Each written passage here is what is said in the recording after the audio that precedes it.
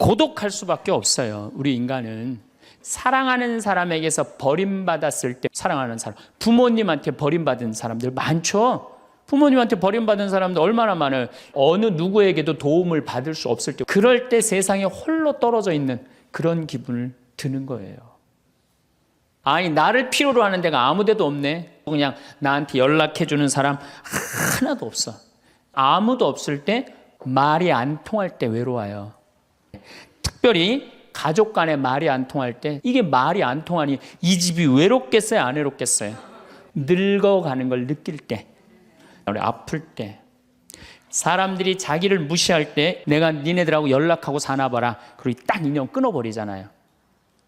우리를 더 힘들게 만들어요. 자식한테 기댈 때, 늙어서 자식이 나한테 잘해주겠지, 이런 마음 먹는 분들은요, 외로워요. 황창현 신부님께 배우는 행복 나침반입니다. 행복 특강 가르침 배우기를 시작하겠습니다.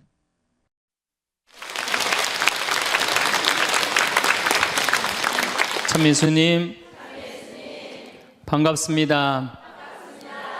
예. 오늘은 주제가, 지난번에는 요즘 평화방송에 화나십니까? 라는 주제로 강의를 나가는데, 오늘은 외로우십니까? 라는 주제로 강의를 하도록 하겠습니다. 여러분들 외로우세요? 안 외로우세요? 안 외로워요? 안 외로운 분들이 계세요? 외롭죠? 사실은 여기 계신 분들 중에 단 한 분도 안 외로우신 분은 없어요. 예, 아무리 행복한 사람이라도 문득 외로울 때가 있어요. 아무리 행복한 사람이라도.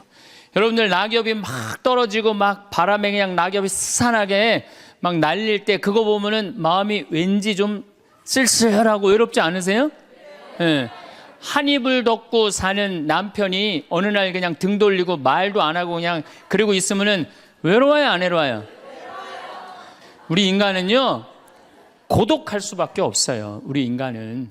최진실 씨는 죽기 얼마 전에 인터뷰를 할 때 뭐라고 그랬느냐면, 20년 동안 연애 생활을 하는 20년 동안 단 하루도 안 외로운 날이 없었다고 그랬어요. 그 외로움이 20년을 축적을 해서 결국은 죽음에 이른 거죠. 얼마 전에 또 행복, 자살이라는 말을 거꾸로 하면은 살자라는 말이다라고 강의를 했던 이 최윤희 씨가 루푸스 병에 걸려갖고 어떻게 했죠? 자살했어요. 너무 아프기 때문에. 그런데 이 최윤희 씨는 자살을 했는데 남편이 어떻게 따라줬죠? 저는 어떻게 보면 최윤희 씨가 이 목숨을 건 우리 교회법적으로 교회가 가르치는 거에 안 맞죠. 근데 한편으로는 좀 좋은 면도 있어요. 여러분들, 내가 병이 들어갖고 이제 막 죽기 일보 직전이야. 그래갖고 남편한테, 여보, 나 죽으면 당신 어떻게 할 거야? 근데 남편이, 난 당신 없으면 못 살아. 당신 없으면 난 따라 죽을 거야. 그럼 여러분들, 그 말 들어도 좋아요, 안 좋아요? 좋죠? 나 죽는데 따라 죽는다는데 얼마나 마음 위로가 돼요. 근데 사실 따라 죽을 수 있는 남편 몇 명이나 될 것 같아요, 여러분들 죽으면은? 없어요? 어쨌든 아무리 행복론을 강의했던 그 당사자도 그 병이라는 그 고통에 이기질 못했던 거죠. 그 예수님은 외로웠겠어요? 안 외로웠겠어요? 예수님도 외로웠어요. 예수님이요, 이 뭐라고 그러셨냐면, 오늘 루카복음에 말씀이 나오지만은 예수님이 갈릴레아에서 예루살렘으로 올라가는데 중간에 사마리아라는 지역을 지나가면 지름길로 가세요. 그러니까 그 사마리아라는 동네를 딱 들어가려고 그러니까 사마리아 사람들이, 예수님이 예루살렘에, 이 사마리아하고 예루살렘 사람들은 원수지간이에요. 그러니까 우리 동네를 지나서 예루살렘에 올라가는 걸 용납을 안 하세요. 용납을 안 합니다, 사마리아 사람들이. 그래서 우리 마을에 못 들어오게 해요. 그러니까 그냥 야고보하고 요한이 너무너무 화가 나갖고 뭐라고 그랬냐면, 주님, 하늘에서 불을 내려다가 살라버릴까요?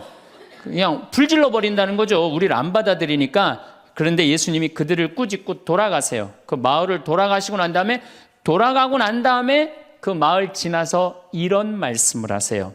하늘의 새도 보금자리가 있고 여우도 굴이 있지만 사람의 아들은 머리 둘 곳조차 없다. 이렇게 말씀하세요. 아니, 온 세상의 임금님이신 예수님조차도 이 세상에서 사시면서 뭐라고 그랬어요? 하늘에 새도 보금자리가 있고 여우도 굴이 있는데 사람의 아들은 머리 둘 곳조차 없다. 예수님도 외로우셨는데 여러분들이 뭐라고 안 외로워요? 예.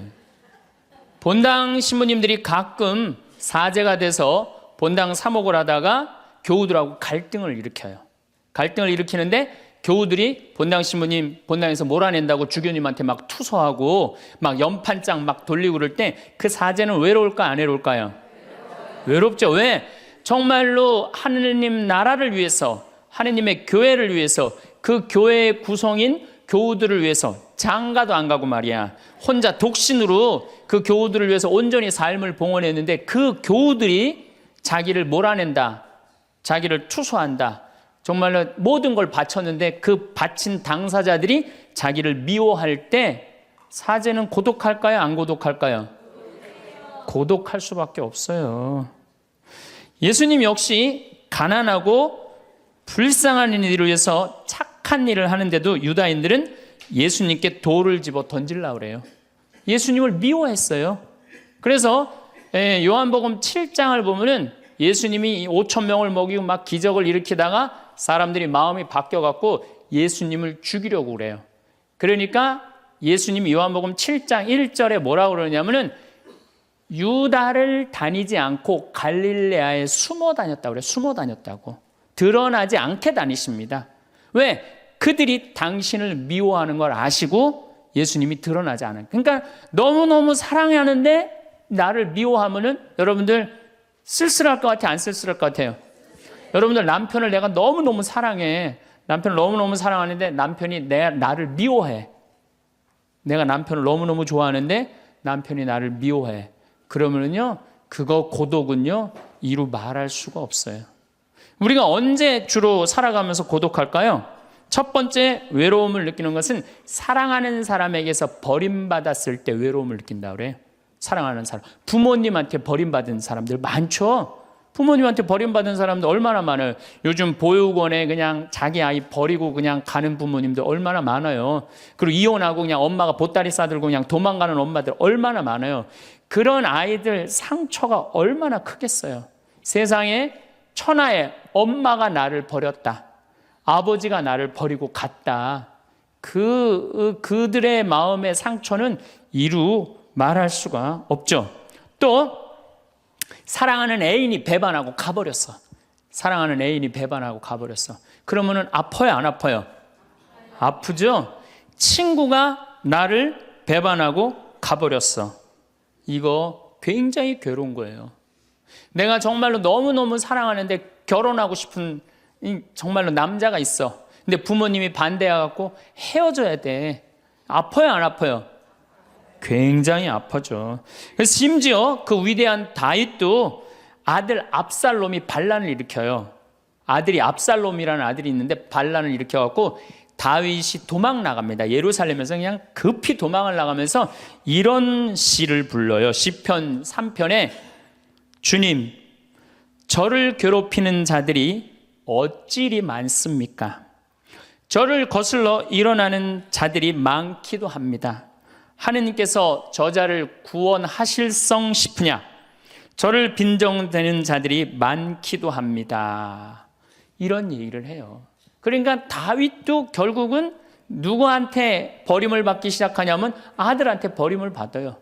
그리고 결국은 그 아들은 요압이라는 다윗의 총사령관한테 표창에 맞아 죽고. 그러니까 얼마나 아프겠어요.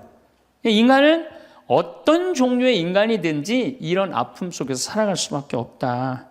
사랑하는 사람을 만날 수 없다는 사실, 숨을 쉴 수조차 힘든 거죠. 이거를 불가에서는 뭐라고 그러냐면 애별리고라고 그래. 애별리고. 사랑하는 사람하고 헤어지는 고통. 이게 가장 큰 고통이라고 그래요. 우리 신학생들, 참 나는 우리 신학생들만 보면은요, 너무너무 거룩하고 아름답고 순결해요. 고등학교 3학년 딱 졸업하고 얼마나 하고 싶은 게 많겠어요. 그런데 하느님의 나라를 위해서 신학교 딱 들어갔단 말이야. 그러면 그냥 신학교 1, 2학년들 보면요. 너무너무 순수하고 아름다워 보여요. 그 나만 아름다워 보이겠어요? 여러분들 보면 이쁘겠어, 안 이뻐? 우리 신학생 1, 2학년 학사님들 보면 이쁘죠? 여러분들만 이쁘겠어요? 20살, 21살 된 여자아이들은 이쁠 것 같아요? 안 이쁠 것 같아요? 신학생들이 너무너무 매력이 있잖아요. 그래갖고 가까이 가고 싶고 자꾸 만나고 싶단 말이야. 고등학교 때까지는 공부하다가 모르다가 그냥 신학생들도 딱 신학생이 돼갖고 그냥 이쁜 아가씨가 자꾸 옆에 있으면 마음이 끌릴 것 같아요? 안 끌릴 것 같아요? 끌릴 수밖에 없어요. 사람은요, 어쩔 수가 없어요. 그래갖고 한 2년 만나다 보면은요, 이게 이때부터 갈등하기 시작하는 거예요. 내가 사제가 돼야 되는데 왜 자꾸 저 여자한테 마음을 빼앗기나. 그래갖고 그냥 그때부터 고민하기 시작하는 거예요. 하느님을 선택할 것이냐, 여자를 선택할 것이냐. 그래서 신학교에서는 재미난 말이 있어요. 2말 3초라고 그래. 2학년 말, 3학년 1학기, 3학년 초, 이때가 가장 신학생들이 갈등을 많이 할 때. 그래갖고 이때 여자를 떠나보내면 이제 4학년, 5학년 쭉 군대 가면서 이제 사제길로 가는 거예요. 근데 이때 그냥 이 여자를 따라가면 이제 신학교 나가는 경우가 많죠. 그래갖고 그냥 그 젊은 나이에 그 피 끓는 뜨거운 애정을 끊고 사제가 되니 애별리고의 고통을 안 겪은 사제가 몇 명이나 될 것 같아요. 그러니까 서품 때 보면 그냥 누워갖고 그냥 이 깔고 그냥 그 여자 떠나보낸 여자 생각하고 그냥 가슴이 아파서 우는 거예요. 모든 걸 떠나보내야 돼. 인간이 얼마나 이게 힘든 건데요. 그러니까 여러분들 신부님들한테 잘하세요. 괜히 주교님한테 편지 쓰고 그러지 마시고.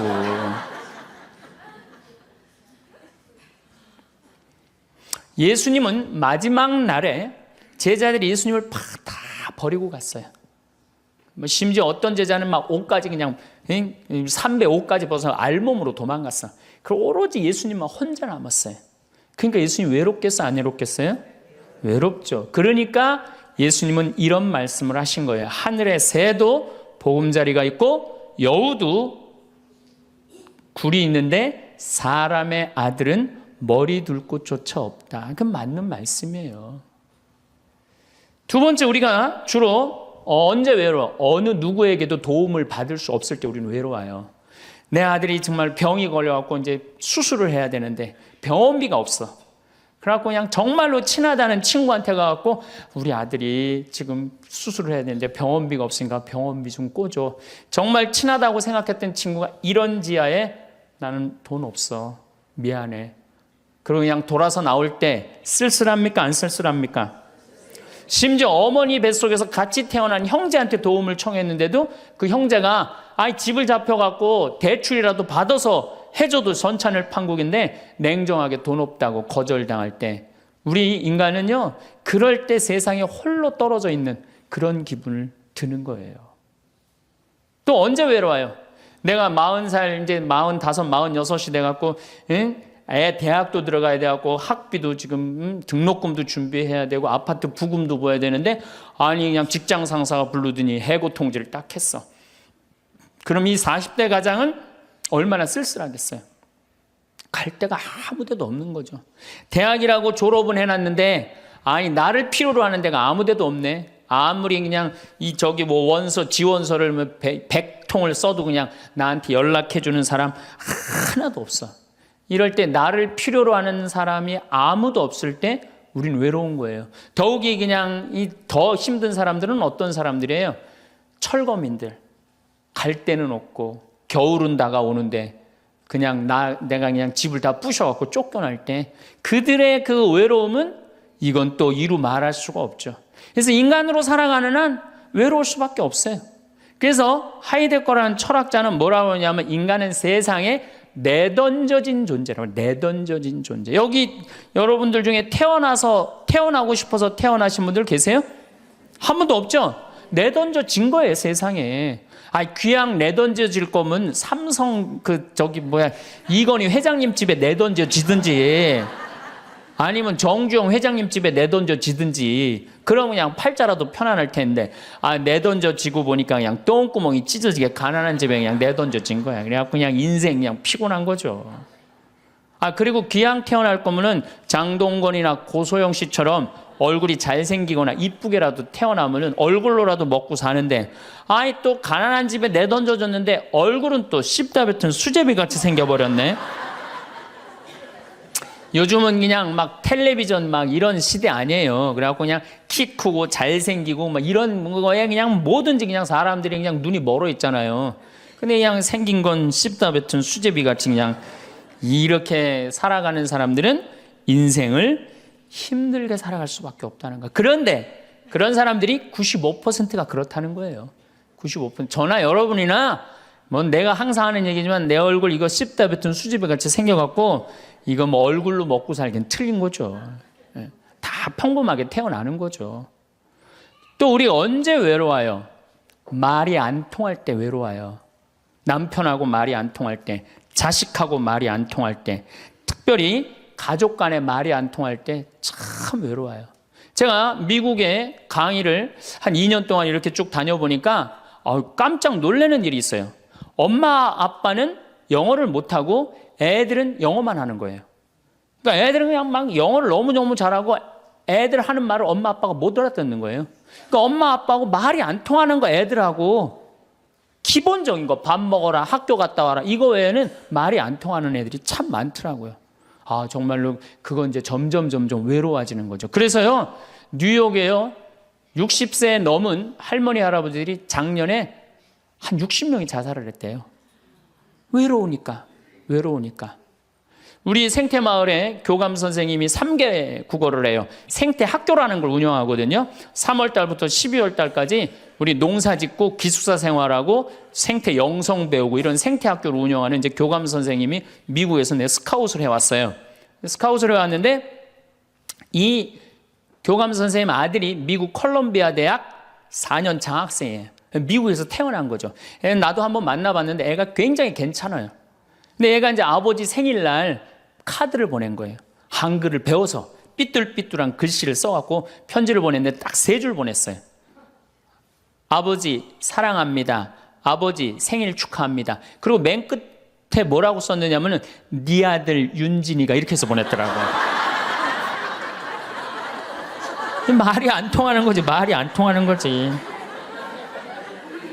한국에서 보면은 그런데 이게 미국 사회에서만 서로 말이 안 통하는 게 아니야. 한국에서도 퇴근을 했는데 부인이 남편을 투명인간 취급하는 부인들 많아요.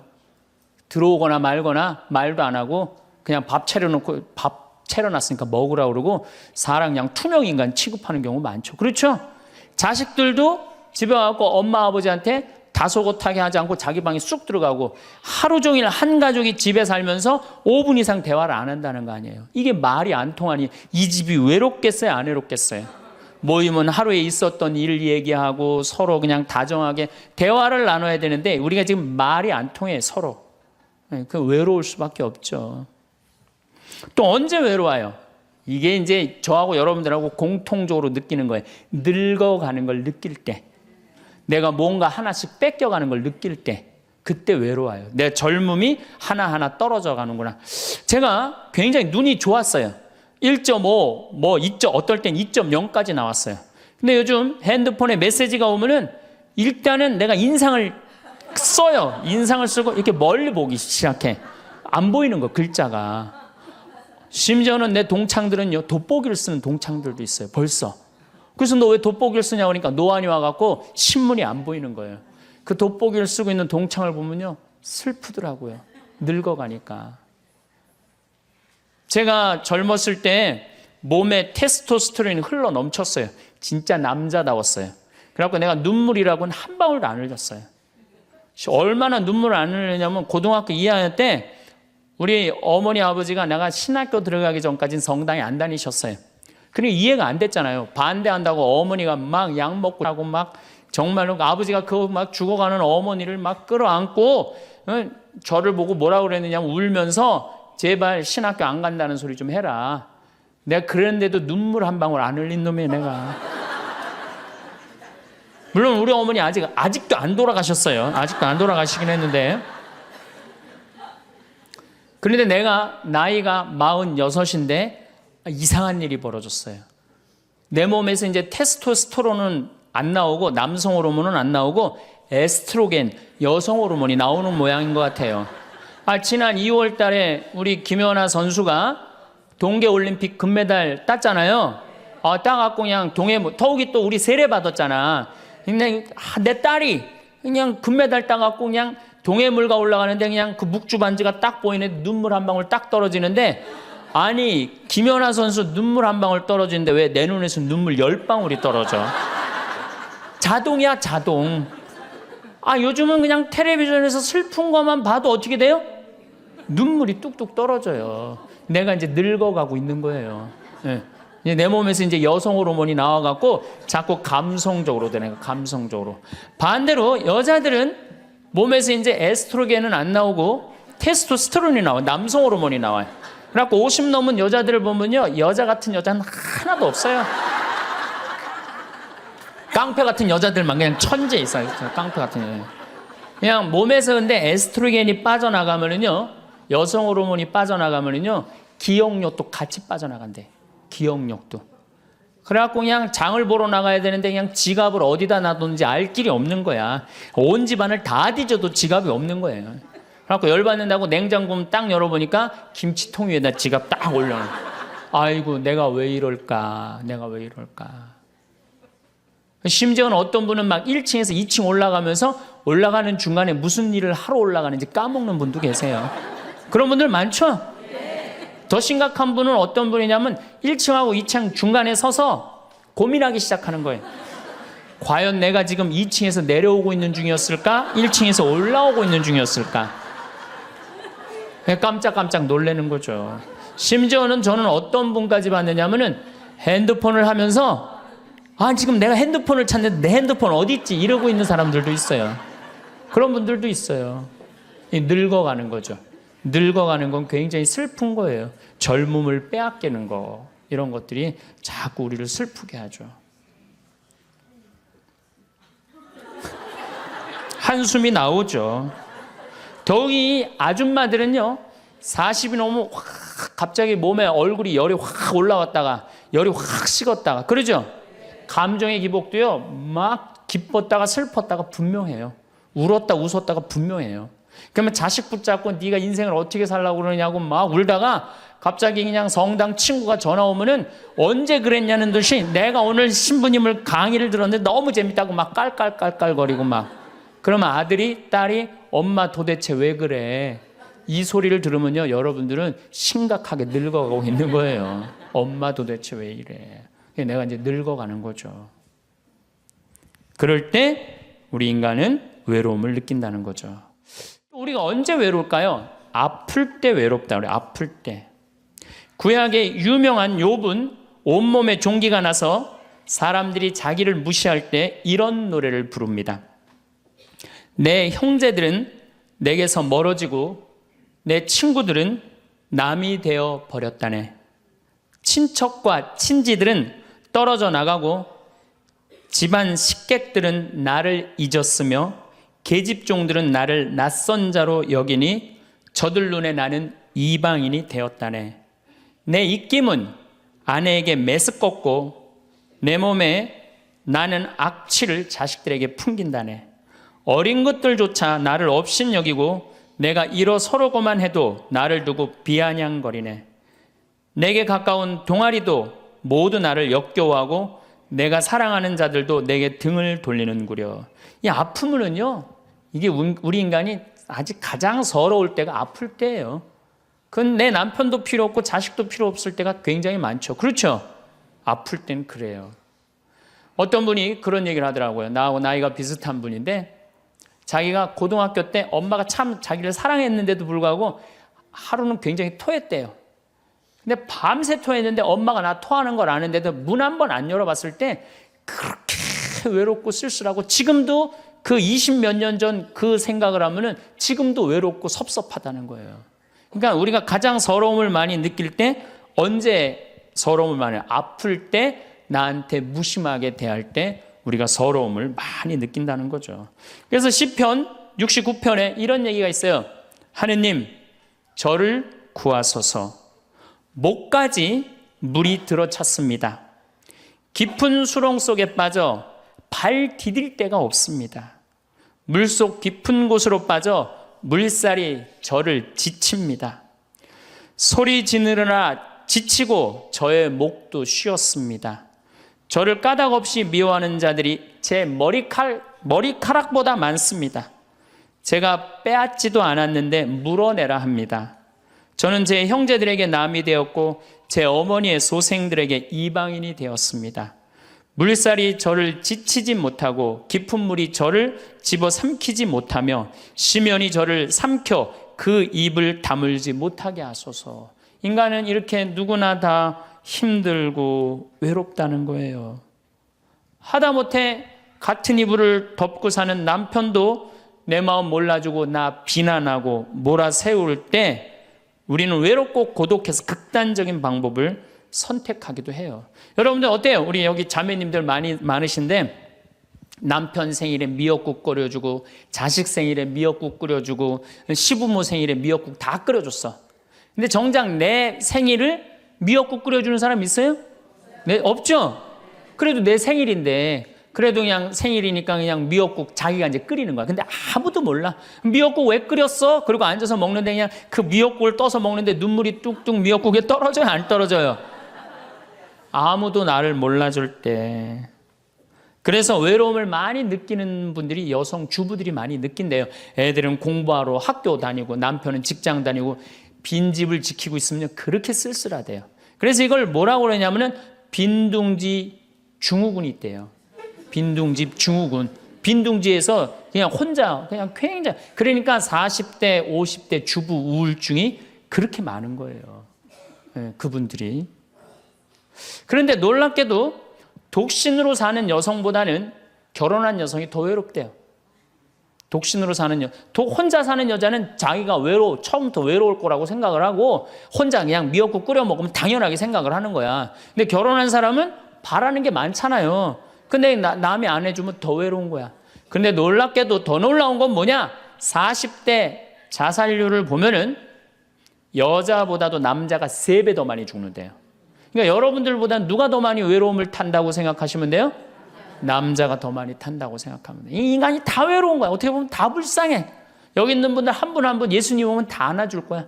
너 그동안 외로웠구나. 내가 안아주마. 다 그럴 거예요. 여기서는 웃고 있지만 막상 돌아가서 집에 가보면 눈물을 흘리는 분들 많을 거라는 얘기죠. 저는 외로울 것 같아요? 안 외로울 것 같아요? 저도 외로워요. 제가 92년도 철산성당에서 보좌신부, 경기도 광명 철산성당에서 보좌신부를 했는데 한 12월 15일쯤 됐어요. 아이들이 연합고사 본 날이에요. 그래갖고 저녁 먹고 이제 성당을 이렇게 산책을 하는데 지하실에서 뭐 난리도 아니에요. 뭐 의자 부시는 소리에 뭐 비명 소리에 정신이 하나도 없더라고요. 그래서 내려가서 보니까 아이들이 소주를 먹고 어떻게 하느냐면은 뭐 난리도 아니야. 뭐 자기네들끼리 의자를 부시고 끌어안고 울고 별놈이 다 있더라고요.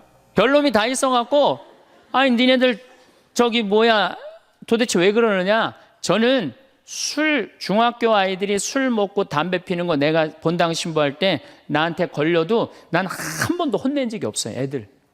왜 혼낸 적이 없냐면 내가 중고등학교 때 술, 담배 다 했거든. 뭘 혼을 내. 그래서 니네들 사제관에 좀 올라와 봐라. 신부님이 혼내지 않고 사제관으로 올라오라고 그랬고 딱 앉혔어요. 한 15명을. 남자 여자 다 앉아갖고 니네들 도대체 무슨 일 때문에 이렇게 술을 먹고 성당 기물을 부시냐 얘기를 좀 해봐라. 그랬더니 마침 그 아이 중에 한 아이가 엄마 아빠가 이혼을 한 거야.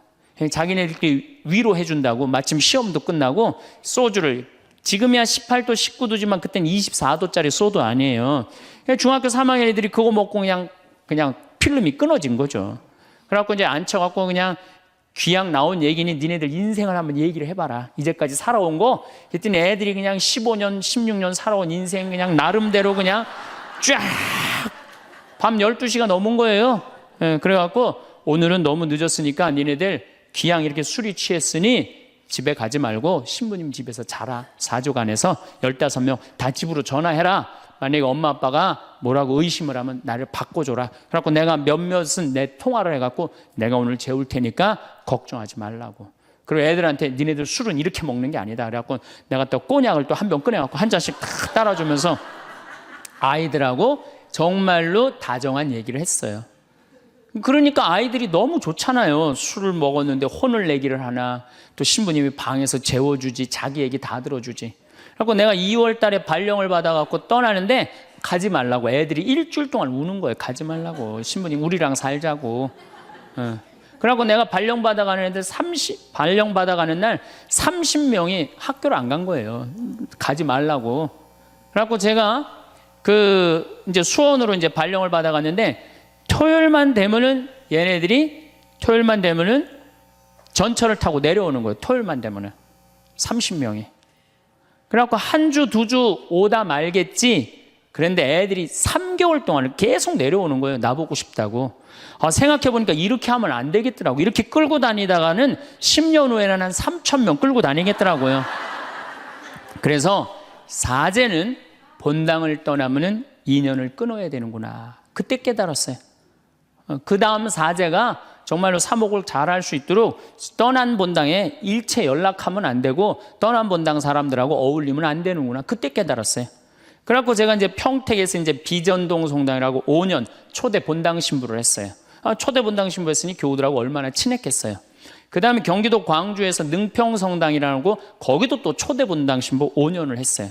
10년을 본당 신부로 하고 제가 지금 강원도 평창에 이제 갔잖아요. 6년 전에. 평창에 갔는데 내 첫 영명 축일 때 교우들이 신부님 축일 축하한다고 몇 명이나 왔냐면 200명이나 온 거예요. 기분이 너무너무 좋더라고요. 이야, 나를 잊지 않고 이렇게 200명이나 와줬구나. 그렇지만 저는 연락은 안 해, 개인적으로. 근데 둘째에 150명으로 줄어들었어요. 내 축일에. 셋째에는 100명으로 줄어들더라고요. 뭐 계속 연락은 안 하니까 넷째 해는 50명으로 줄어들었어요. 작년에는 30명으로 줄어들더니 올해 내 축일에는 17명이 딱 앞에 그냥 쭉 한 줄 앉아 있는데 외롭더라고요. 근데 사실은 그 200명에서 17명까지 줄어들 때 누가 연락을 안 하고 산 거예요? 내가 연락 안 하고 산 거예요. 사실은 그 외로움을 누가 먼저 만들었냐면 내가 먼저 만드는 거예요.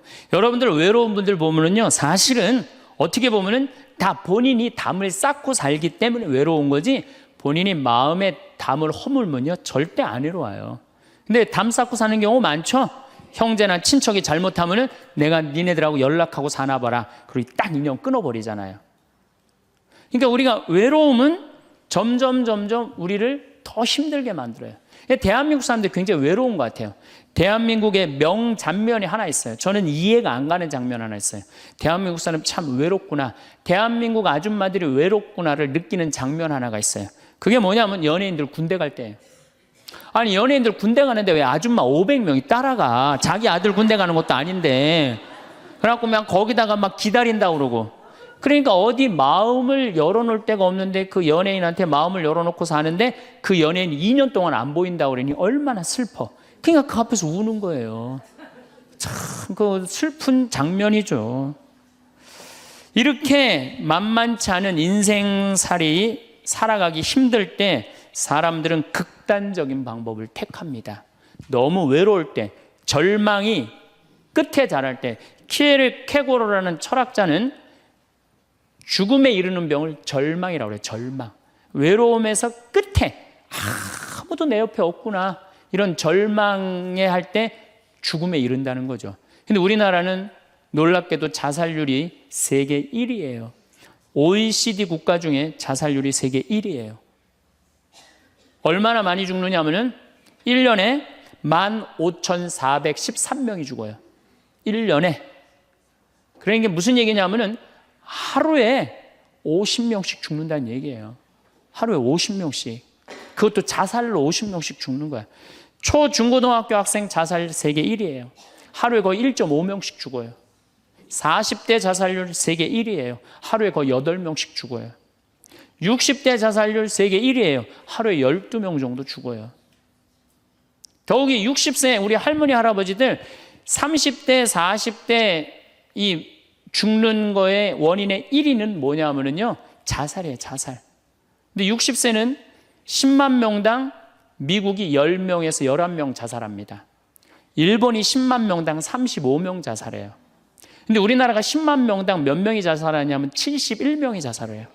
그러니까 대한민국의 할머니 할아버지들이 더 외로운. 그러니까 우리나라는 애들도 외롭고 어른들도 외롭고 할머니 할아버지도 외로운 거예요. 그러니까 자살하는 거죠.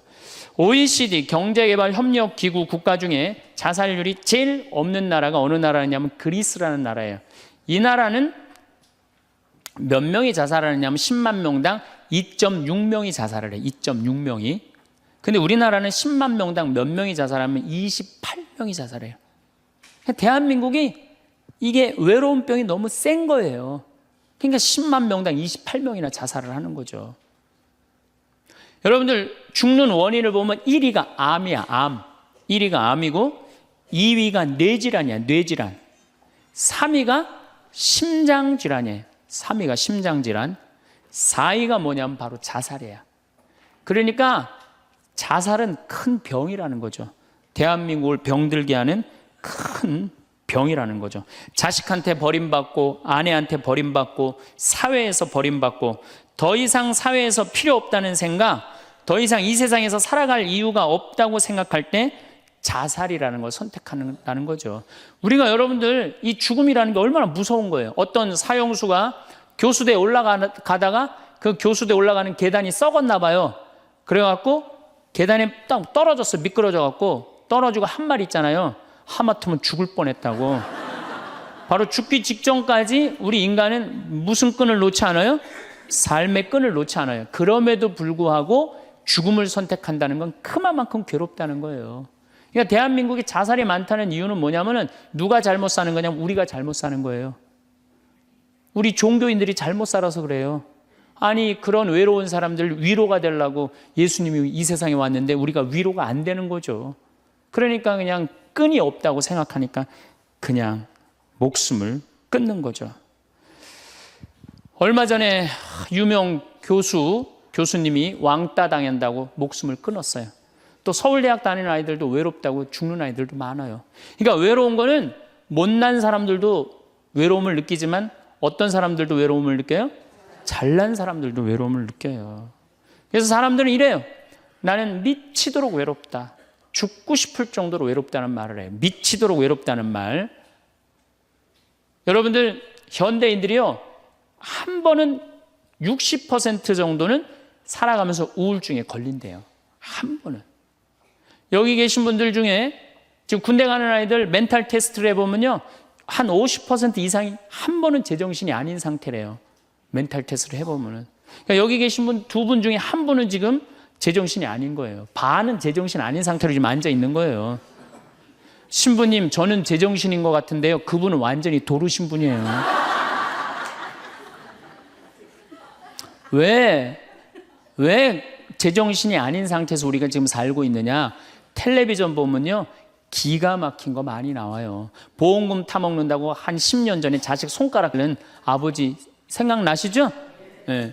그리고 얼마 전에는 초등학교, 중학교 애들이 초등학교를 발로 차갖고 그냥 공중에 뜬 거 재밌다고 동영상 찍어갖고 올려놓은 그 제정신이에요? 제정신 아니에요? 제정신 아니에요.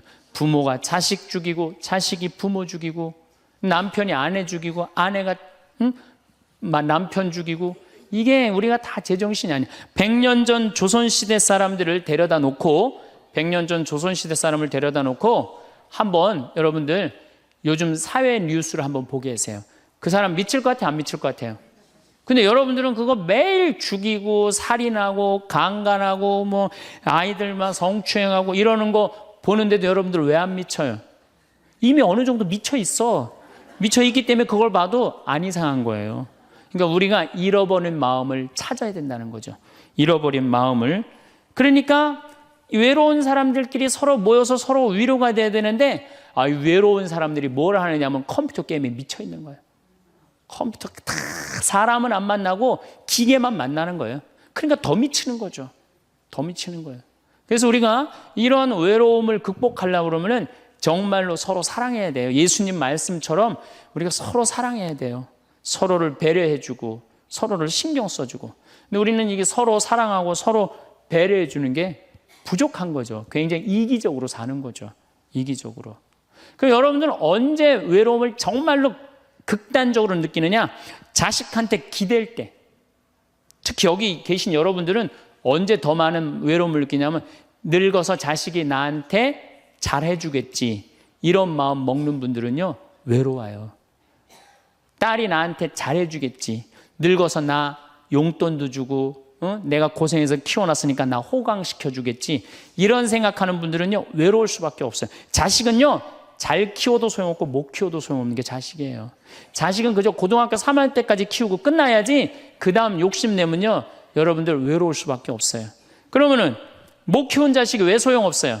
아니 그냥 중고등학교 때 속새기는 놈 커서도 속새겨요. 직장도 못 들어가고 그냥 빌빌거리고, 그리고 또 결혼해도 제대로 살지도 못하고 그냥 또 이혼해갖고 그냥 손자 그냥 나한테 맡겨갖고 힘들어. 그러니까 자식은 못 키우는 자식 소용없어요. 그러면은 잘 키우는 자식은 왜 소용없느냐? 잘 키운 건 더 소용없어요. 그냥 좋은, 여기 지금 서울대학 여기 가까이 있잖아요. 며칠 전에도 내가 서울대학 가서 강의를 했는데 똑똑해.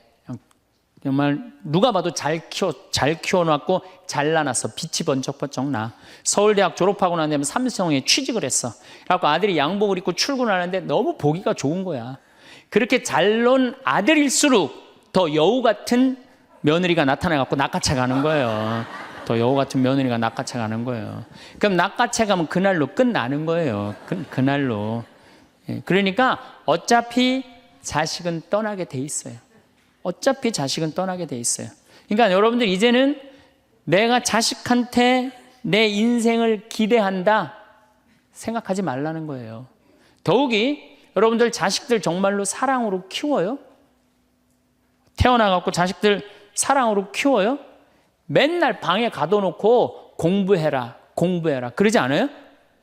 맨날 공부해라고. 그래서 여러분들 이 생각만 하면 돼. 내가 어렸을 때 자식하고 다정하게 맛있는 거 먹으러 다니고 놀러도 다니고, 그리고 난 다음에 대화도 막 늘 살갑게 한 엄마는 늙어서 자식이 먹으러도 다니고 놀러도 다니고 대화해줘요.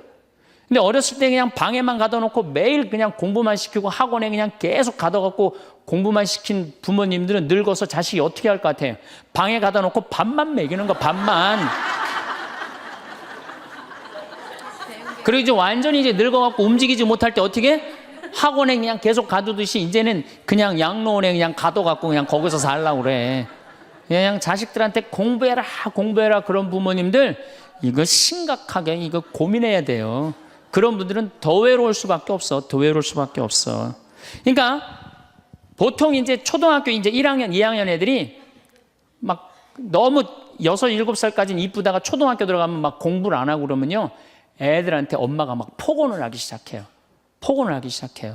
그래갖고 성적표를 받아왔는데 40점, 50점 이렇게 받아오면은 애들한테 그래요. 너 밥이 넘어가냐고.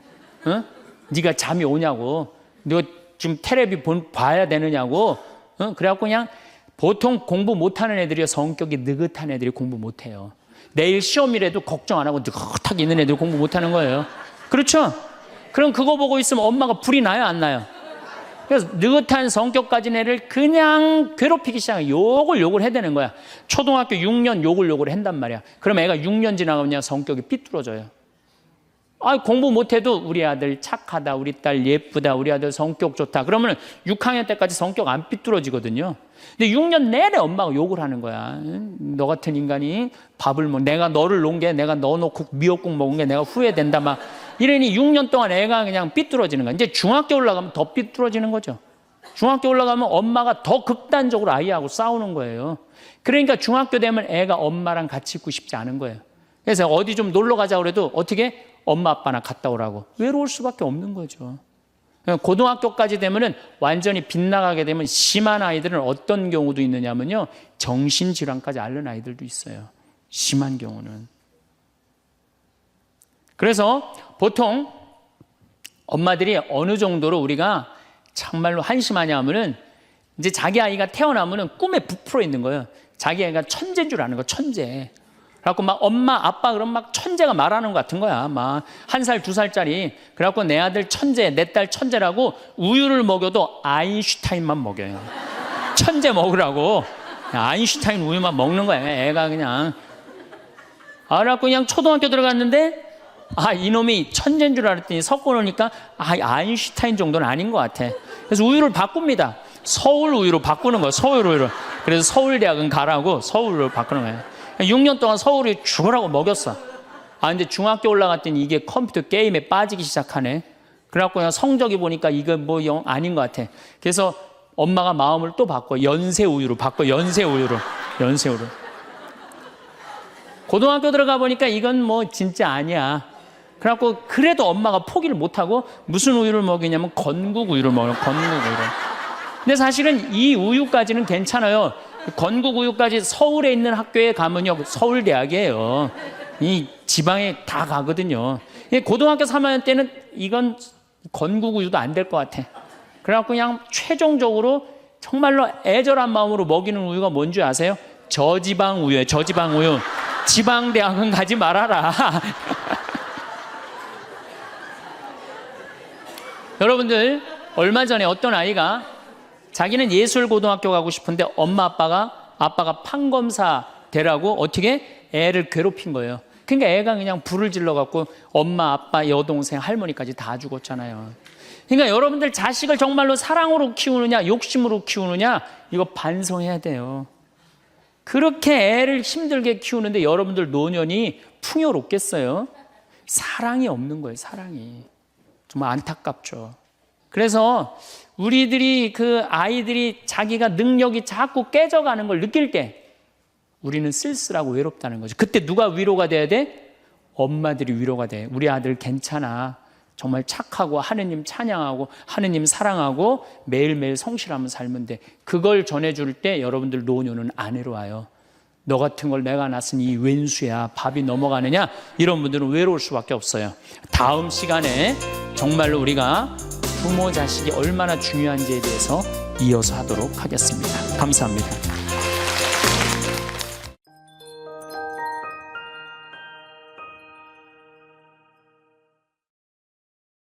내던져진 존재로서 외로움을 다루는 삶의 지혜는 우리가 근본적으로 혼자일 수밖에 없다는 인간 조건을 이해하고 그 안에서 의미와 연결을 발견하는 데 있습니다. 내던져진 존재로서의 인간은 자신이 통제할 수 없는 세계에 던져져 때로는 고독과 고립의 감정에 직면하게 됩니다.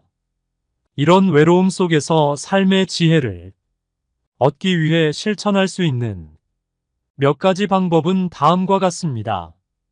하나, 외로움을 인정하고 받아들이기. 외로움은 우리 삶에서 피할 수 없는 감정입니다. 외로움을 부정하거나 억누르기보다 이를 자연스러운 감정으로 인정하는 것이 중요합니다. 외로움을 받아들이면 억지로 관계에 의존하거나 부정적인 감정에 갇히지 않고 오히려 내면의 소리를 듣고 자신을 더 깊이 이해할 수 있는 기회가 됩니다. 둘, 고독을 통해 내면의 성찰을 얻기. 하이데거와 키에르케고르가 말한 것처럼 외로움과 고독은 우리에게 자신을 돌아보는 계기를 제공합니다. 사회적 역할이나 외부의 인정에 의존하지 않고 고독 속에서 자신의 존재와 삶의 의미를 깊이 성찰하는 시간은 진정한 자기 발견의 여정을 열어줍니다.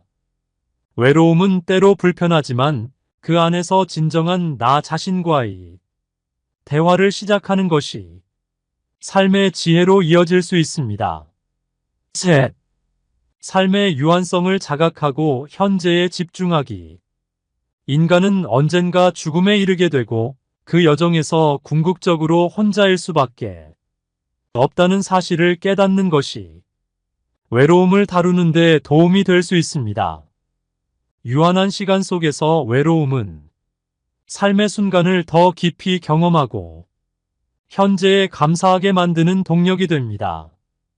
유한성을 인정하는 것은 매 순간을 의미 있게 살도록 이끄는 중요한 지혜입니다. 넷, 의미 있는 연결을 만드는 데 집중하기. 외로움 속에서 다른 사람과의 진정한 연결의 소중함을 깨닫고 표면적이거나 일시적인 관계보다 깊이 있는 관계를 형성하는데 집중하는 것이 좋습니다. 외로움은 때때로 무리한 사회적 관계를 맺는 대신 내면에서 타인과의 진실한 공감과 이해를 찾아가는 계기가 됩니다. 이러한 의미 있는 관계는 고독을 덜어줄 뿐만 아니라 서로의 존재를 지지해주는 귀중한 자산이 됩니다. 5. 자기 돌봄과 자기 위로의 방법 배우기. 외로움을 다루기 위해선 스스로를 돌보고 자기 자신에게 따뜻한 위로를 건네는 방법을 배우는 것이 필요합니다. 예를 들어 명상이나 일기 쓰기, 취미 활동 등을 통해 외로움 속에서도 나 자신에게 충실하고 스스로를 응원할 수 있습니다. 이런 자기 돌봄은 외로움에 지치지 않게 하며 삶의 지혜와 안정감을 가져다 줍니다. 6. 외로움을 성장의 발판으로 삼기. 외로움은 고통스럽지만 이를 통해 우리는 더욱 강하고 지혜로운 존재로 거듭날 수 있습니다. 외로움 속에서 내면의 목소리를 듣고 삶의 방향을 재조정하거나 새로운 관심사를 발견하는 계기로 삼을 수 있습니다. 고독을 성장과 성찰의 기회로 삼으면 외로움은 더 이상 피해야 할 감정이 아니라 삶을 풍성하게 하는 힘이 될 수 있습니다.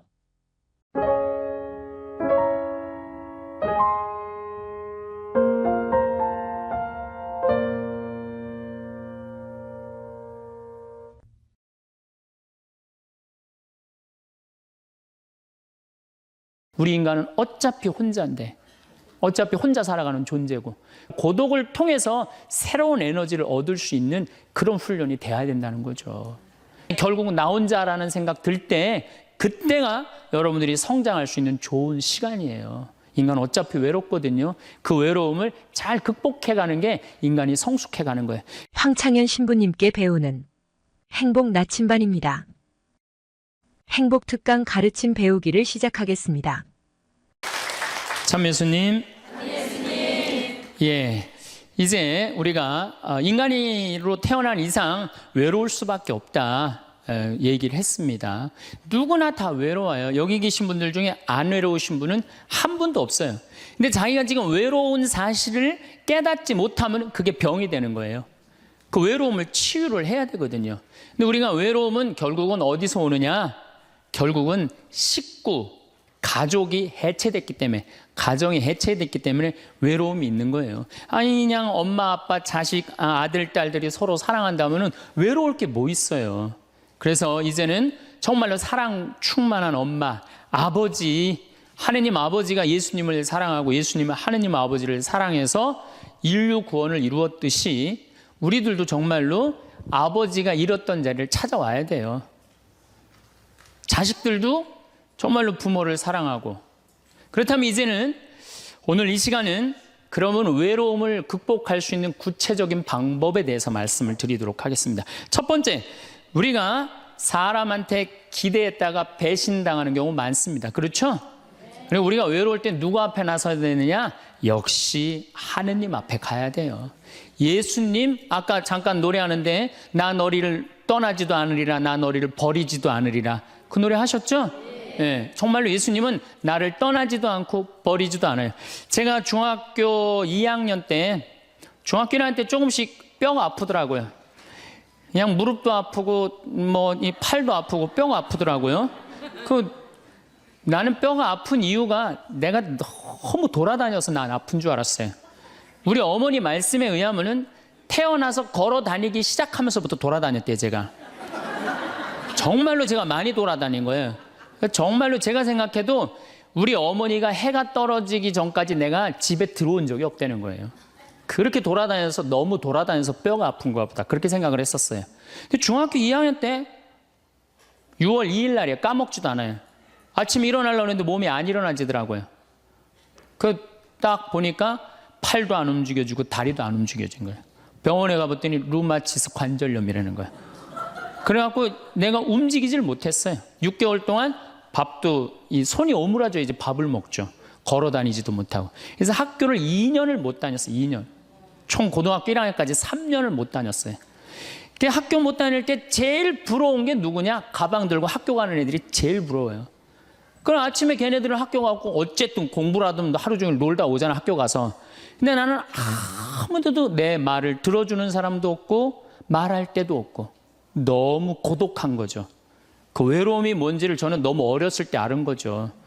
그래서 해 뜨는 게 싫었어요. 왜냐면 뭐 친구가 있어야지. 난 또 수다 떨기 무지하게 좋아했는데 이 수다 떨 놈이 있어야지. 학교 가고 친구가 없는데. 그래서 저는 아침에 해가 뜨면은 어디로 출근을 했느냐면 성당으로 출근을 했어요. 남들은 다 학교 갔지만은 나는 성당이 가까우니까 성당 가서 앉아 있는 거예요. 성당 앉아 있으면 이제 십자가에 계신 예수님한테 말을 걸기 시작하는 거죠. 거기 왜 매달려 있느냐. 그 어린 나이에. 그럼 뭐 나 얘기할 사람이 누가 있어요? 아무도 없잖아요. 그러다가 또 예수님하고 얘기하다가 지치면은 오르간 노래하고, 그러다 또 성당 의자에서 자고, 그럼 오후 4시 되면은 나는 또 집에 오는 거예요. 그러니까 나한테 내 인생의 학교는 성당이 학교였어요. 그리고 내 선생님은 누구였느냐? 예수님이 선생님이었어요. 근데 처음에는 그게 기도인지 몰랐어요. 그냥 예수님하고 얘기하는 거예요. 나 오늘은 어떻고 저떻고. 근데 그게 어느 날은 1시간도 짧고 어느 날은 2시간도 짧고 어느 날은 10시간 앉아 있어도 시간 가는 줄 모르는 거예요. 어떨 땐 사람하고 얘기하기 싫고 누구하고만 얘기하고 싶어? 예수님하고만 얘기하고 싶은 거예요. 그러면서 중학교 2학년, 3학년, 고등학교 1학년 내내 성당에서 지낸 거예요. 내내. 그런데 이제 내가 이제 몸이 아프니까 사람들은 뭐 병신이다, 학교를 안 다니니까 폐륜하다, 뭐 또 그냥 비가 오는 날은 그냥 길에서 쓰러지니까 무슨 저기 쓰러지면 막 간질이다, 뭐 별 소리를 다 했죠. 나를 두고. 참 괴롭더라고요. 근데 성당에 와서 예수님한테 하면은 참 예수님은 비밀도 잘 지켜줘. 예수님은 사람들한테 얘기하면 막 이 사람 저 사람한테 내 얘기 퍼뜨리고 그러잖아요. 예수님은 한번 말하면요 남한테 말을 퍼뜨리질 않아. 예수님은 얼마나 말하기가 좋아요. 그러니까 내 그 가장 외로운 시기에 내 동반자는 누구였느냐? 예수님이었어. 예수님. 그러니까 시간이 지나면 지날수록 내가 누구한테 나의 삶을 의지하고 내 외로움 고독의 시간에 나와 함께 해줬던 분이 누구였느냐? 예수님이었다는 거죠. 여러분들도요 인생 살아가면서 어려울 때 있어요. 그런데 엉뚱한데 무당한테 가서 의지하지 말고 다른 데 가서 의지하지 말고 내 얘기 언제나 24시간 들어주는 누구한테 의지하면 돼요? 예수님한테. 예수님은 언제든지 날 받아주신단 말이에요. 그리고 나 같은 인간을 어떻게 예수님이 받아줄까 걱정하지 마세요. 예수님은요 요한복음 4장에 보면요 그 사마리아의 그 우물가에서 여자를 만났는데 그 여자 5번 이혼한 여자예요. 5 남자하고 살은 여자예요. 여러분들 5 여자하고 살은 5 남자하고 살은 여자 어떨 것 같아요? 저 여자는 5 남자하고 결혼해서 이제까지 5번을 남자를 가로써 상대할 것 같아요? 안 할 것 같아요? 안 하죠? 근데 예수님은 그 여자하고요 인류 구원과 경배를 얘기를 해요. 그러니까 예수님은 안 받아들일 사람이 하나도 없다는 거예요. 모든 사람 다 받아들이는 분이 예수님이에요. 나 같은 죄인도 용서받을 수 있을까요? 그 정도면요 용서받을 수 없는 사람 한 사람도 없어요. 마르코복음 5장에 보면은 예수님이 회당장 야이로의 딸을 살리러 가요. 근데 당시 유대에서 회당장이라고 그러면은 종교, 교육, 예배, 재판권을 다 가지고 있는 사람이에요. 회당장은 대단한 권한을 가지고 있는 사람이야. 근데 그 딸이 막 죽으려고 그래. 근데 예수님은요 성서에 보면 어린 나이한테 꼼짝 못 하시는 분이 예수님이에요. 참 어린 나이 좋아하세요. 근데 어린 아이가 죽으려고 그러니까 예수님 바삐 가고 있었어요. 예수님 막 사람들 막 끌려 주위에 많은데 그냥 그 딸을 살리러 간단 말이야. 그런데 예수님이 바삐 가는데 한 여자가 있었어요. 이 여자는 12년 동안 하혈을 한 여자예요. 12년 동안. 당시 유대에서 여자가 피를 흘린다. 그럼 7일 동안 부정하다고 그랬어요. 그리고 피를 흘리는 여자 몸에만 닿아도 저녁까지 부정하다고 그랬어요. 더욱이 레위기 15장에 보면은 여자가 피를 흘리는 내내 부정하다고 그랬어요. 이 여자는 몇 년 동안 피를 흘리냐면 12년을 피를 흘렸어. 그러니까 12년 동안 사람 취급 못 받은 여자예요. 더욱이 이제 내가 이제 병을 고치려고 있는 돈을 누구한테 다 탕진했어? 의사한테 다 탕진하고 돈도 한 푼도 없지. 12년 동안 부정한 여자지. 그리고 이 여자 몸에만 닿아도 이 부정하다고 사람들이 이 여자 근처에도 안 간 거야. 근데 이 여자는 정말 이제 낫고 싶은 거야. 너무너무 낫고 싶은데 예수님이라는 분이 저분은 나를 고쳐줄 거라는 믿음이 있었던 거죠. 그래갖고 그 앞에 나서서 저를 낫게 해주십시오. 이 말을 못했던 거예요. 너무 창피하잖아요. 12년 동안 피 흘린 여자가 사람 취급도 못 받았는데 감히 어떻게 예수님 앞에 나서서 나 지금 피 흘리니까 나 좀 고쳐달라고 얘기를 하겠어요. 그렇지 않겠어요? 그러니까 예수님 가는 뒤에 옷자락만이라도 잡으면 내가 나을 수 있지 않은가. 그래갖고 예수님 옷자락을 잡아요. 근데 사실은 이것도 굉장히 용감한 행동이죠. 왜냐하면 이 여자 몸에 다도 부정한데 이 부정한 여자가 그 거룩한 예수님 옷자락을 잡으니까 이 얼마나 부정한 일이에요.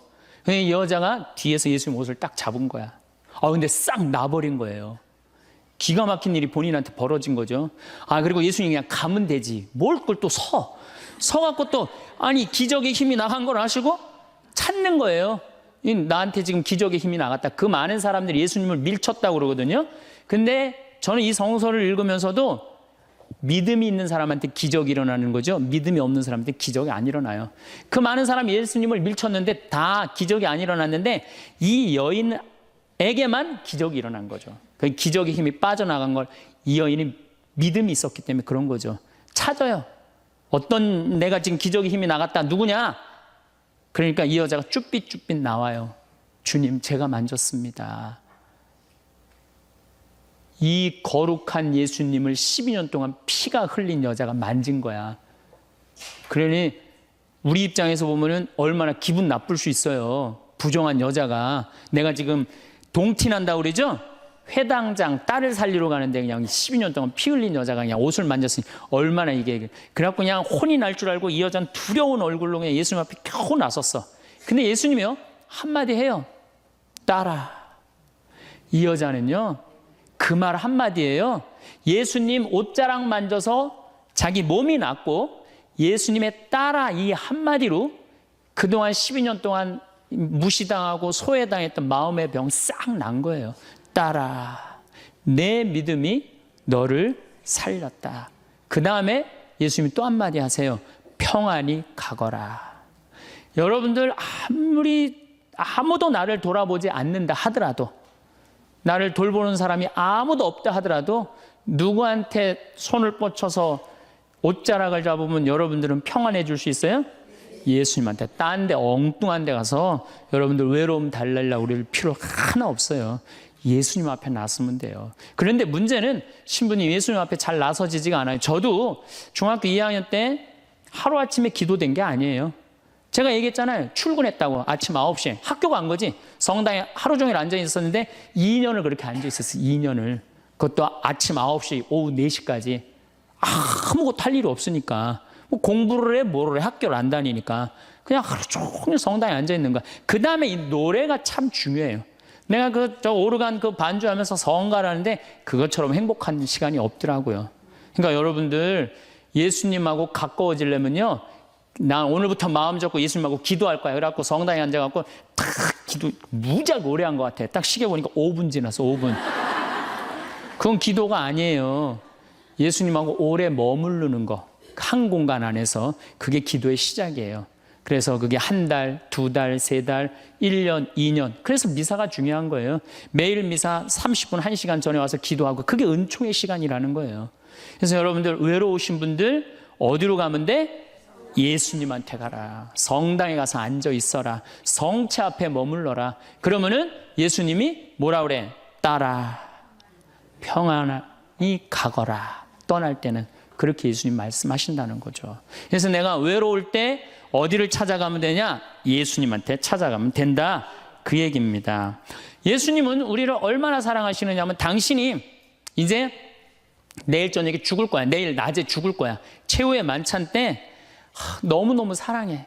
내가 너무너무 사랑하는 아들, 딸들이야. 그 제자들 정말 너무 사랑해. 그런데 내가 이제 내일이면 죽을 건데 이 제자들 놔두고 가기가 마음이 짠하단 말이에요.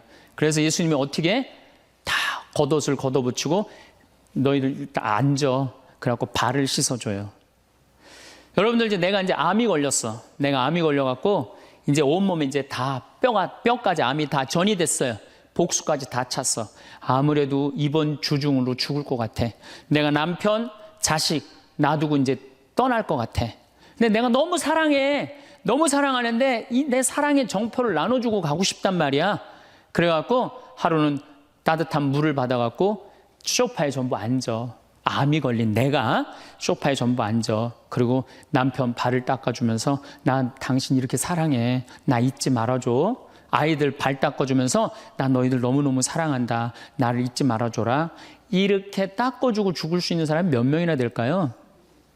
지금 나 죽기 바빠 죽겠는데 다른 사람 신경 쓸 수 있어요? 그렇죠? 근데 예수님은 우리를 그렇게까지 배려를 해주시는 거예요. 그렇게까지. 내가 너희의 발을 씻어줬듯이 너희도 서로 발을 씻어줘라. 서로 사랑하라는 얘기죠.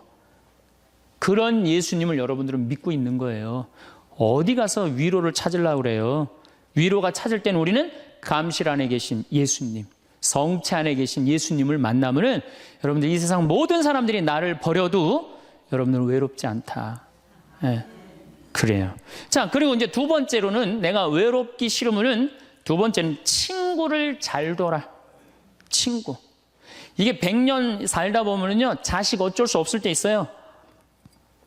자식은 이거 바꿀 수 있는 게 아니잖아요. 그렇죠? 자식은 천륜이야. 뭐 어떻게 자식? 근데 어떤 내가 할머니들 강의에 자식 어떻게 낳느냐고 그러니까 밑으로 낳다고 그래. 밑으로 놓은 자식을 어떻게 바꿔? 밑으로 놓은 자식을. 남편도요.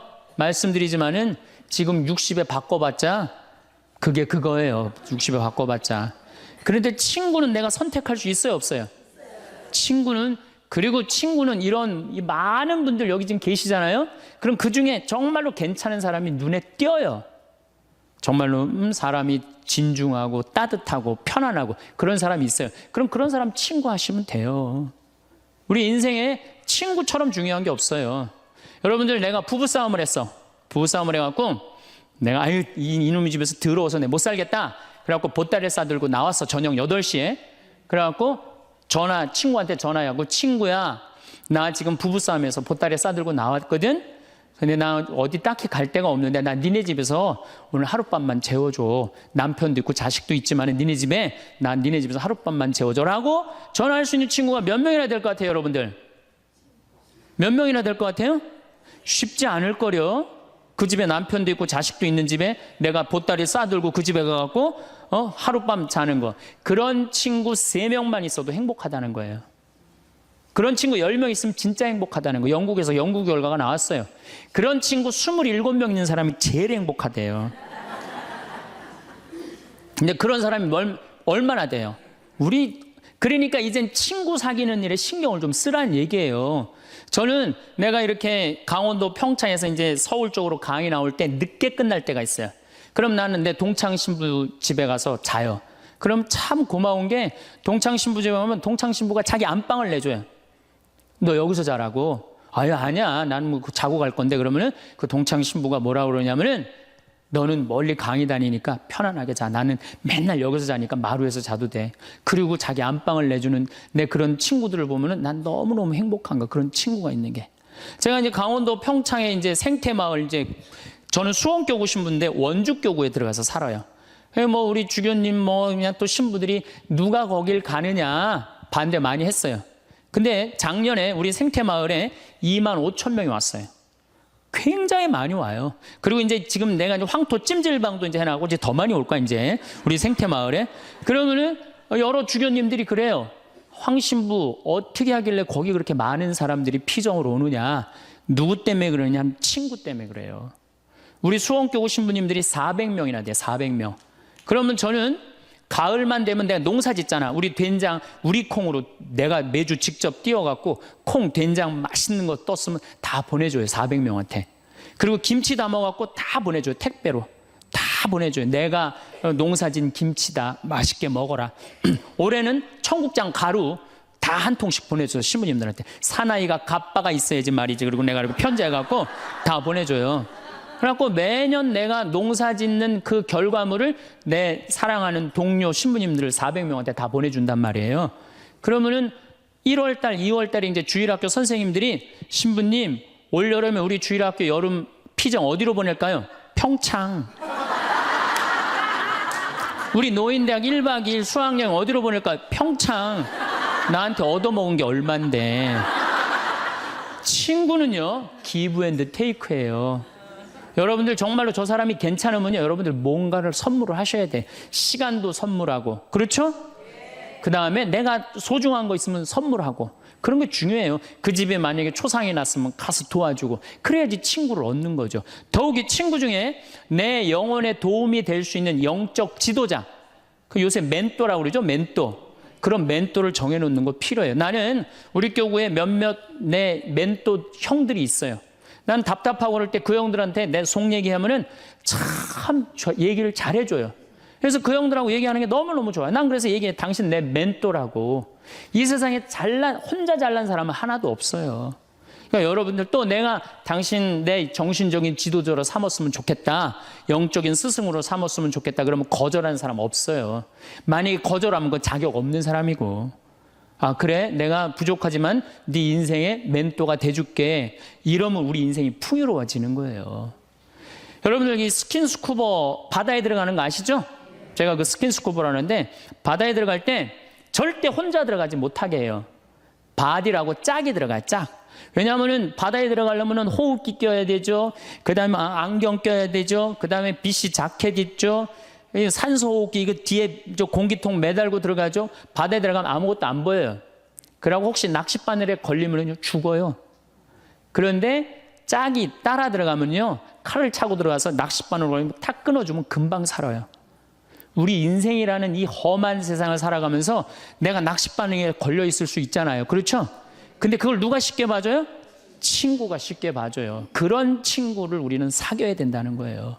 그래서 여러분 그런 친구 얼마나 있어요? 만약에 없다면 오늘부터 사귀세요. 오늘부터 찾으세요. 지금 60에 사귀어도 늦지 않아요. 60에 사귀어도 110살까지 50년 동안 친구할 수 있어요. 그럼요. 얼마든지 할 수 있어요. 그래서 좋은 친구들 지금부터 사귀는 거. 그래서 저는 우리 생태마을에 많은 분들이 찾아와요. 제가 아무리 바쁘긴 하지만은 가능한 한 나를 찾아오는 분들한테 소중하게 대하려고 그래요. 왜? 그분들이 내 인생의 풍요니까. 많은 좋은 사람들을 사귀는 것처럼 즐거운 일은 없다는 거죠. 신부님, 인간이 얼마나 치사한 줄 압니까? 그래서 나는 아무 도움도 안 받고 아무 도움도 청하지 않고 나는 혼자 살아갈 겁니다. 그 사람 외로울 것 같아요? 안 외로울 것 같아요? 외로울 수밖에 없죠. 담은 자기가 쌓는 거예요. 예수님은 제자들, 그렇게 친한 제자들 어떻게 했어요? 3년 동안 그렇게 동고동락했는데 마지막에 배반했어요? 안 배반했어요? 그 정도 배반하고 갔으면 여러분들 정말로 친한 친구가 나 죽기 직전에 배반했어. 그럼 다 도망가 버렸어. 근데 내가 다시 구사일생으로 살아났어. 그럼 나 배반하고 돌아간 놈들, 또 떠나간 놈들 다시 만날 것 같아요? 안 만날 것 같아요? 안 만나죠? 근데 예수님은요, 다시 살아나고 난 다음에 그 제자들 다시 불러요. 나하고 다시 사업 시작하자. 구원 사업 다시 시작하자. 친구는요, 원래 내 돈도 떼어먹고 배반도 하고 그러는 게 친구예요. 일생 살면서. 어떻게 내 마음에 딱 맞는 사람들만 친구할 수 있어요. 그래도 예수님은 그 자기 버리고 도망간 제자들 다시 불러서 구원 사업 다시 시작하셨어요.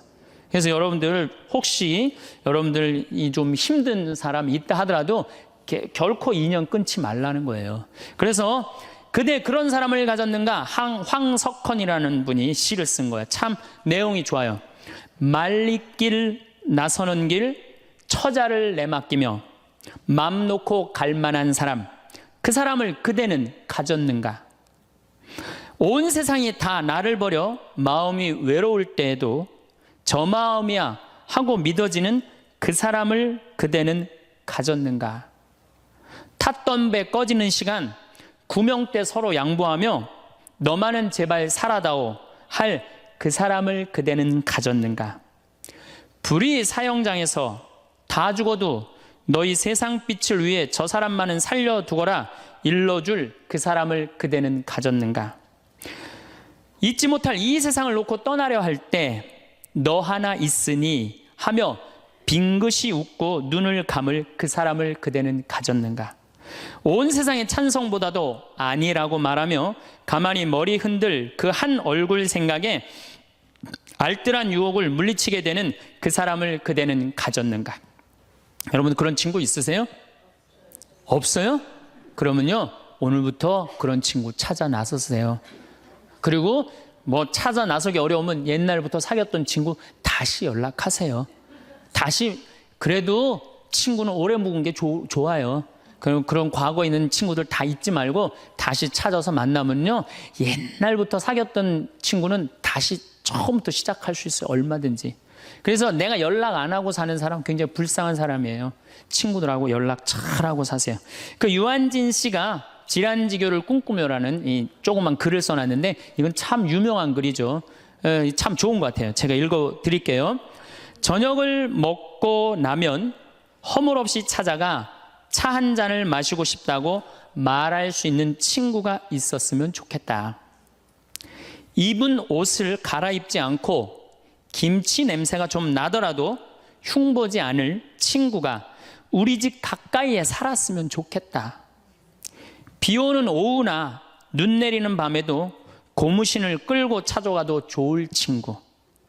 밤 늦도록 공허한 마음 놓고 열어 보일 수 있고 악의 없이 남의 얘기를 주고받고 나서도 말이 날까 걱정되지 않는 친구가.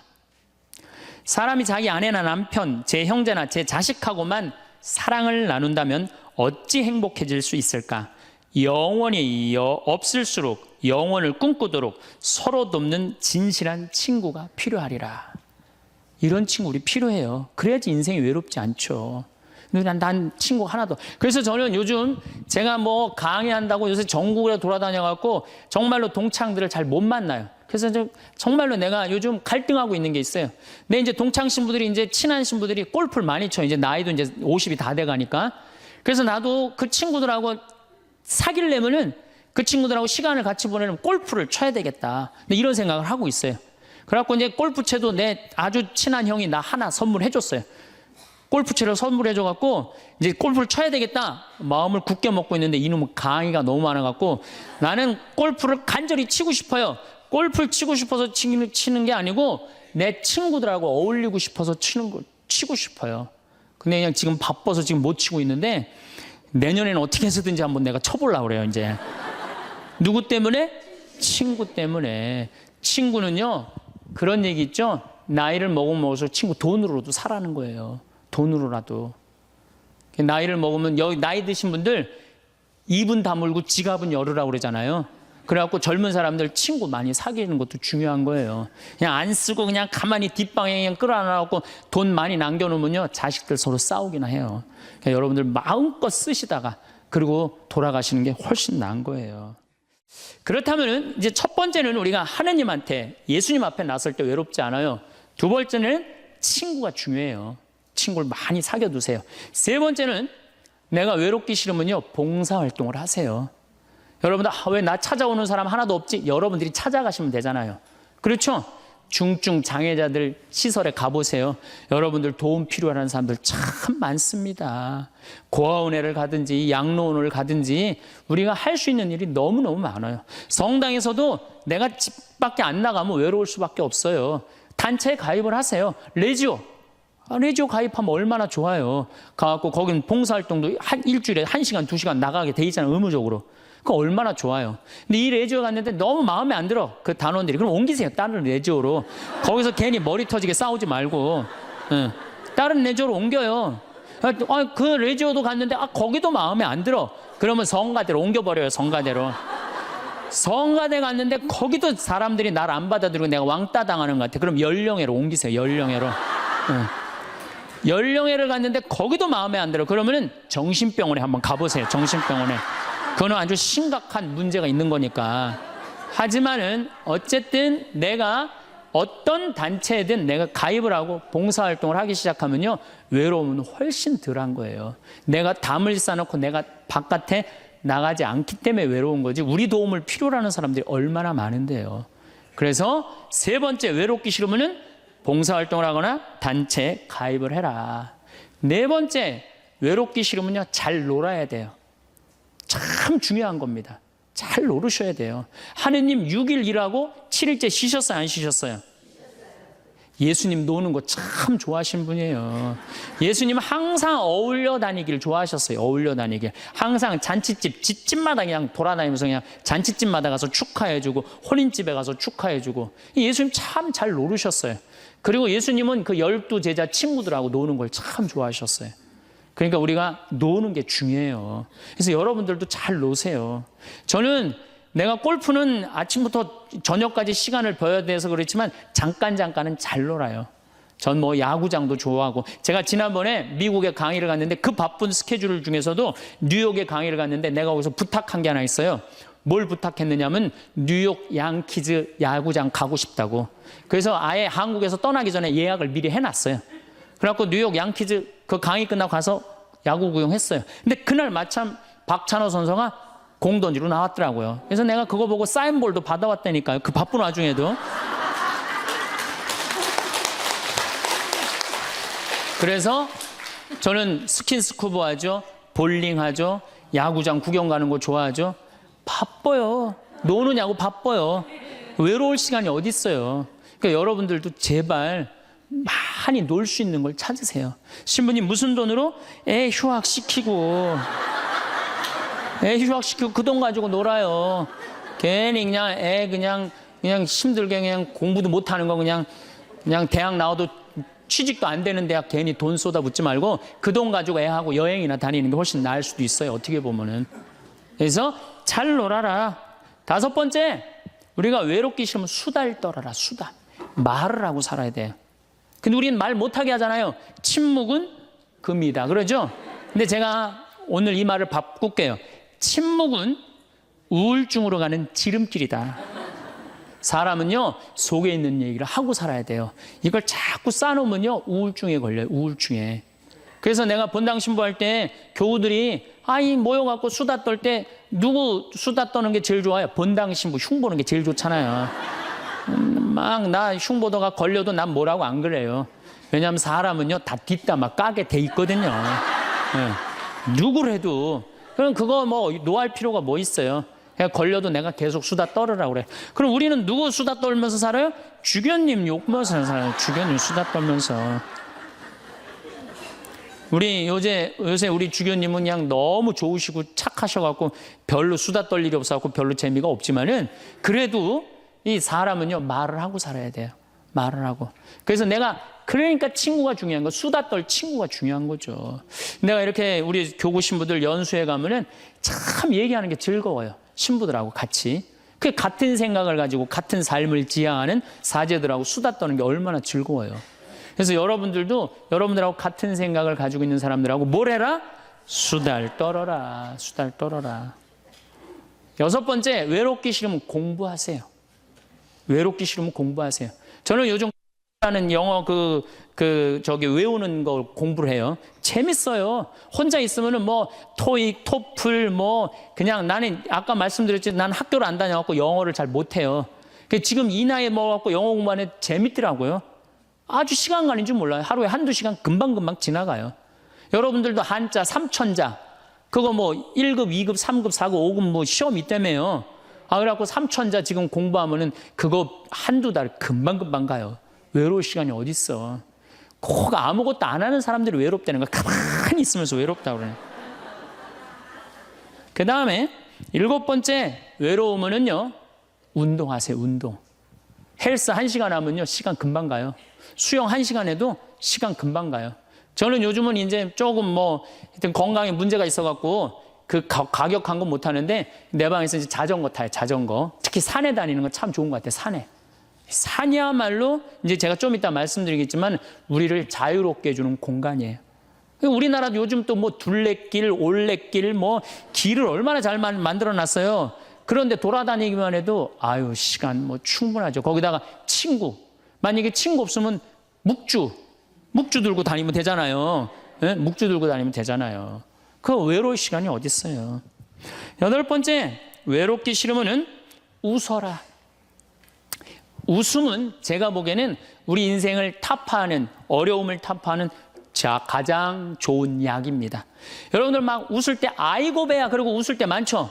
아이고 배야 막 배를 움켜쥐고 웃을 때 장이 움직인대요. 그럼 그 장이요, 장약 100번 먹는 것보다 낫다는 거예요. 여러분도 아까 오전에 막 제 강의 들으면서 많이 웃었죠? 배고팠어, 안 배고팠어요? 배고팠죠? 그만큼 웃는 게 좋은 거예요. 성모님은요, 내 영혼이 주님을 찬송하며 내 마음, 주님 생각, 내 마음 기뻐 뛰노나이다. 항상 기쁨이 중요한 거예요. 그러니까 웃으면 행복해지게 돼 있어요. 그런데 제가 어딜 강의를 다녀도 내 강의 안 웃는 사람이 있어요. 인상 딱 쓰고 2시간 내내. 그분은 외로운 거예요. 외로운 거예요. 여러분들 주위에 이렇게 친구들 중에 대화하는데 안 웃고 인상 딱 구기고 가만히 있는 친구 보면 나중에 그 친구 딱 나타나면 어떻게 해요? 전부 다 흩어져요. 흩어지고 그 친구 5m 옆으로 다 떠나요. 그리고 다시 그 친구를 빼고 무리가 형성이 돼요. 무슨 얘기냐? 여러분들이 다른 사람한테 마음을 열고 반짝반짝 웃어줄 때 여러분들 행복할 수 있다는 거예요. 그 다음에 9번째, 이게 진짜 중요합니다. 자기 자신한테 잘해주면 돼요. 제가 지난번에 화나십니까 에도 가장 중요한 게 뭐야? 자기 자신한테 잘해주면. 여러분들 우리 자매님들 이 얼굴 화장할 때 어떻게 해요? 화장하는데 얼마나 많은 걸 발라요. 이 화장할 때 기본 클렌징 크림으로 이거 닦아내고 기본적으로. 그렇죠? 폼 클렌징으로 또 닦아내고. 그 다음에 이제 스킨 바르고 로션 바르고 아스트리젠트로 모공 이렇게 닫아주고. 얼마나 많이 얼굴에다 발라요. 그 다음에 영양크림 바르고 아이크림 바르고 비비크림하고 그 다음에 콤팩트로 막 분칠하고. 요즘은 또 이게 하나로 거의 나온다며요. 이제 콤팩트 분 바르고 나면 이제 기본 섀도우 하기 전에 눈썹도 그려주고, 눈두덩이는 또 너무 진하게 바르면 귀신 것처럼 보니까 연한 색으로 발라줘요. 연한 색으로 눈두덩이 화장할 때 눈 위아래로 이렇게 포인트 찝어주고, 아이라이너 눈가 이렇게 싹 올려주고, 그 다음에 눈 밑에 스모키 화장하고 마스카라하고 루즈 바르고 볼 터치하고, 그 다음에 요즘은 이제 파이트라고 여기다가 이렇게 쫙 해줘야지 콧날이 오똑하게 보인다고 그래. 그러면 이제 끝나는 거 화장이. 아니 얼굴 하나에도 그렇게 많은 걸 여러분들 해주는데, 얼굴 하나에도 그렇게 많은 걸 해주는데 여러분들 영혼을 위해서, 영혼이 외롭지 않기 위해서, 영혼을 위해서 뭘 해야 될 것 같아요? 많이 해줘야 돼요. 그래서 피정도 좀 다니고. 그렇죠? 오늘 이렇게 강의 오니까 많이 배우잖아요. 그러면은 영혼아, 너 많이 지쳤으니까 오늘 저 서원동에서 피정한다니까 가자. 그래갖고 좀 좋은 강의도 좀 듣고. 자기 육신을 위해서도 그렇게 수많은 걸 바르는데, 아니 자기 영혼에, 자기 자신한테 그렇게, 우리는 자기 자신한테 너무 함부로 대한다는 얘기죠. 그래서 여러분들 고생 많이 했잖아요. 30년, 40년, 50년 동안 애 많이 쓰고 살지 않으셨어요? 그러면은 자기한테 잘해줘야죠. 저는 저한테 잘해줘요. 저는 저한테 정말로 잘해줘요. 왜? 내가 지금 1년에 이제 365일 중에 330일을 강의를 다니잖아요. 얼마나 피곤해요. 그래서 나는 뭐 맛있는 거 있으면은 정말로, 나는 회를 참 좋아하거든요. 베네딕토 회 먹고 싶냐? 가자, 내가 사줄게. 그럼 난 내가 가서 내가 사준다니까요. 누가 사줘, 나를. 마누라가 있어, 자식이 있어. 난 내가 사줘요, 정말로. 그리고 저는 내가 사주는데 혼자 먹기 뻘쭘하잖아요. 그러니까 난 본당 신부 때도 어디 먹으러 가도 회장단들 다 불러요. 그리고 다 내가 내요, 돈. 다 내가 내요. 강사료 많으니까 뭐해? 돈 가지고 친구 사귀는 거예요. 다 내가 내요. 우리 동창 신부들 중에서도 어디 모임에 가면 내는 신부가 있어요. 그 신부들 외롭지 않아요. 안 내는 놈들이 외로운 거야. 안 내는 놈들이. 우리 제일 그 뿌리무스 신부가 아주 사람이 좋아요. 근데 그 형님은 어디 가면 자기가 다 내요. 맛있는 것도 다 사고. 그분은 외롭지 않아요. 나는 내가 내요. 교우들한테 난 안 얻어먹어요. 다 다 내가 내요. 그래도 난 이제까지 손해본 적 한 번도 없어요. 왜? 이게 언제 돌아오느냐면 내 영명 죽일 때 다 돌아와. 내 영명 죽일 때 다 돌아와.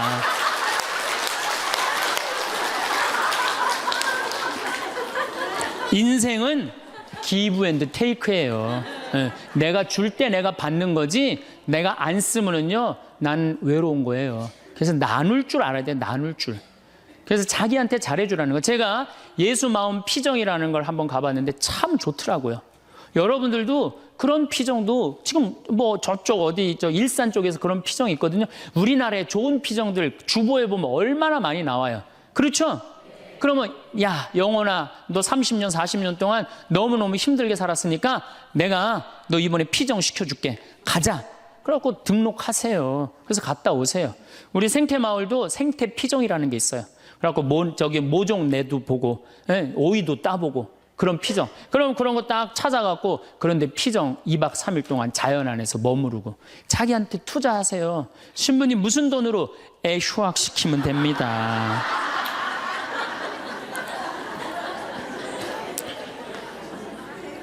열 번째, 제일 중요합니다.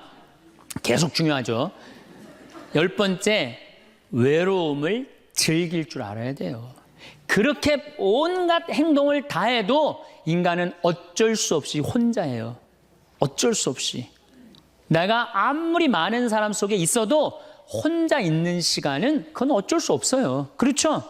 그러면 그 혼자 있는 시간을 자기가 즐길 줄 알아야 돼. 그걸 막 어떻게 주체를 못하면 안 되고 혼자 있는 걸 즐길 줄 알아야 돼. 이 혼자 있는 걸 즐길 줄 아는 분이 누구였느냐면 예수님이에요. 예수님. 예수님 철저하게 외로움을 즐길 줄 아십니다.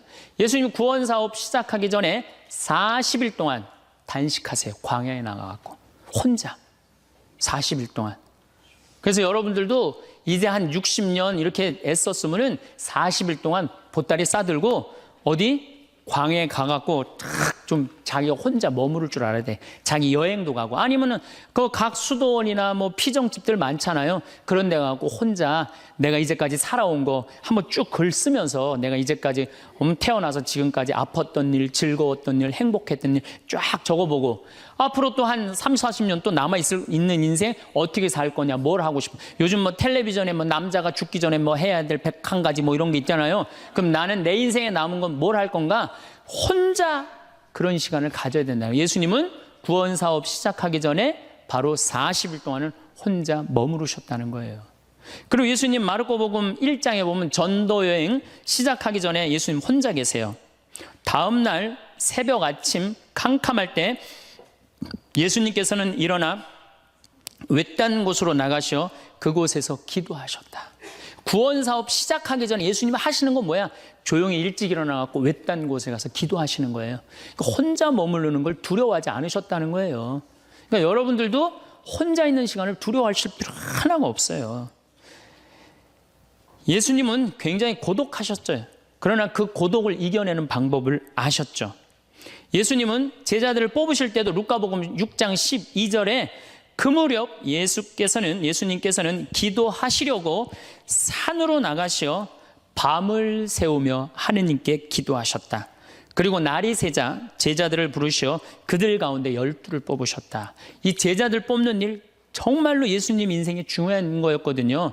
그렇게 중요한 예수님이 정말로 제자들 뽑으면 밤을 새워서 기도했다는, 밤을 새워서.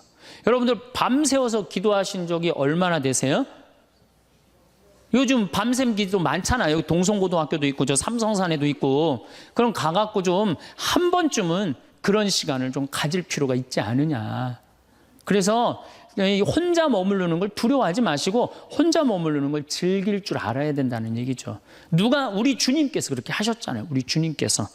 그리고 예수님 마태복음 5장에 5천 명을 먹이신 대단한 기적을 하세요. 예, 하지만 기적 후 예수님은 군중을 돌려보내신 뒤 예수님께서는 따로 기도하시려고 산에 오르셨다. 그리고 저녁 때가 되었는데도 혼자 거기에 계셨다. 저녁 때가 돼도 어디 머무르는 걸 좋아하셨어요? 산에 머무르는 걸 좋아하셨다는 거예요. 그래서 여러분들 가능하면 산에 많이 다니세요. 돛 닦는 사람들은 산에 가서 닦는 거 원래. 돛 닦는 사람들은. 그래서 다 우리 절은 다 어디가 있어요? 산에 있잖아요. 돛 닦는 거. 근데 꼭 여러분들은 뭐 산에 들어갈 수는 없으니까 매일 산에 오르시는 거. 시간 많잖아요. 우리 할머니들 했던 뭐해? 아무것도 할 일 없죠? 예. 그래갖고 우리 할머니들 나한테 그런 소리 하는 할머니들 많아요. 신부님 잠이 안 와요. 당연히 잠이 안 오죠. 아침에 일어났고 그냥 하루 종일 쭈그리고 앉아갖고 텔레비전만 계속 한 번도 안 움직이고 텔레비전 계속 보고 있는데 잠이 오겠어요? 저녁에 잠이 안 오는 거. 움직이라는 거예요. 산에 가서. 관악산, 이거 가깝잖아요. 관악산에 올라가고 꼭대기 올라가고 그 밥도 공짜로 주잖아요. 절에서. 네. 딱 거기 올라갔다 내려 외로울 시간이 어디 있어요. 저는 제가 강원도 평창 생태마을에 들어가서 산 지 6년 돼. 6년이 되는데 사실은 신부는 본당 신부가 최고 행복해요. 제일 행복해요. 그런데 딱 저녁에 뭐 피정을 많이 오지만은 딱 저녁 강의 미사 딱 끝나고 나면 저녁 먹고부터는 아무도 나 찾아오는 사람 없어요. 본당 신부는 저녁에 사목회도 있고 무슨 주일학교들 교사들 뭐 자기 뭐 상담 혼인 상담 뭐 또 이제 장례도 나면 그냥 초상집도 가고 아유 저녁에 외로울 시간이 어디 있어요. 근데 저는 이제 그런 게 아무것도 없으니까 해가 지고 나면요 아무도 날 찾아오는 사람이 없어요. 그리고 우리 생태마을은 불빛이 없어요. 갖고 해가 딱 지면은요 깜깜해갖고 바깥에 우리 생태마을을 산책을 하려도 산책을 할 수가 없어. 내 다리가 보여야지 산책을 할 거 아니야. 내 다리가 보여야지. 그래갖고 그냥 저녁에 해만 지면 내 방에 딱 있는 거예요. 처음 한 3개월, 5개월은 힘들더라고요. 혼자 있는 게. 그런데 그게 이제 훈련을 하기 시작했어요. 혼자 있는 시간. 저녁 시간 운동. 제가 운동하는 거 좋아하니까 운동하고. 그 다음에 저녁 시간 혼자 글도 쓰고. 그래서 책도 2권 썼잖아요. 네, 글도 쓰고. 그 다음에 제가 야구 구경 좋아하니까 텔레비에서 야구 구경도 하고. 성서, 강의 준비. 강의가 너무 많으니까 강의 준비도 하고. 그러니까 저녁에 딱 해가 지면은 이제는 저녁 시간이 나한테 너무 행복한 시간이에요. 혼자 있는 시간이 너무너무 좋은 거예요. 그래서 1년 365일 거의 저 혼자 있거든요. 너무너무 그 시간이 좋은 거예요. 저녁 시간. 야! 강의 끝나면 나 이제 저녁 먹으면 내 방에서 혼자 있을 수 있다. 신나는 거예요. 그리고 또 반욕 있잖아요. 반식욕도 하고 그냥 내 사정 안에 아무도 없으니까 그냥 빨개 벗고 탁 반식욕 쫙 하면 그냥 그리고 그냥 거기서 샤워하면서 음악도 듣고 혼자 있는 시간이 참 좋더라고요. 그걸 혼자 있는 걸 두려워하면 어떻게 하겠어요. 우리 인간은 어차피 혼자인데 어차피 혼자 살아가는 존재고 거기서 내가 고독을 즐길 줄 알고 고독을 통해서 새로운 에너지를 얻을 수 있는 그런 훈련이 돼야 된다는 거죠.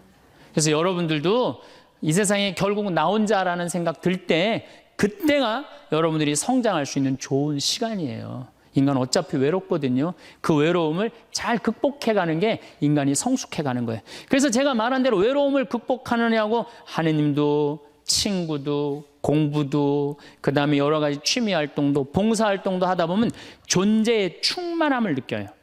내 존재가 충만하다. 내 존재가 풍요롭다.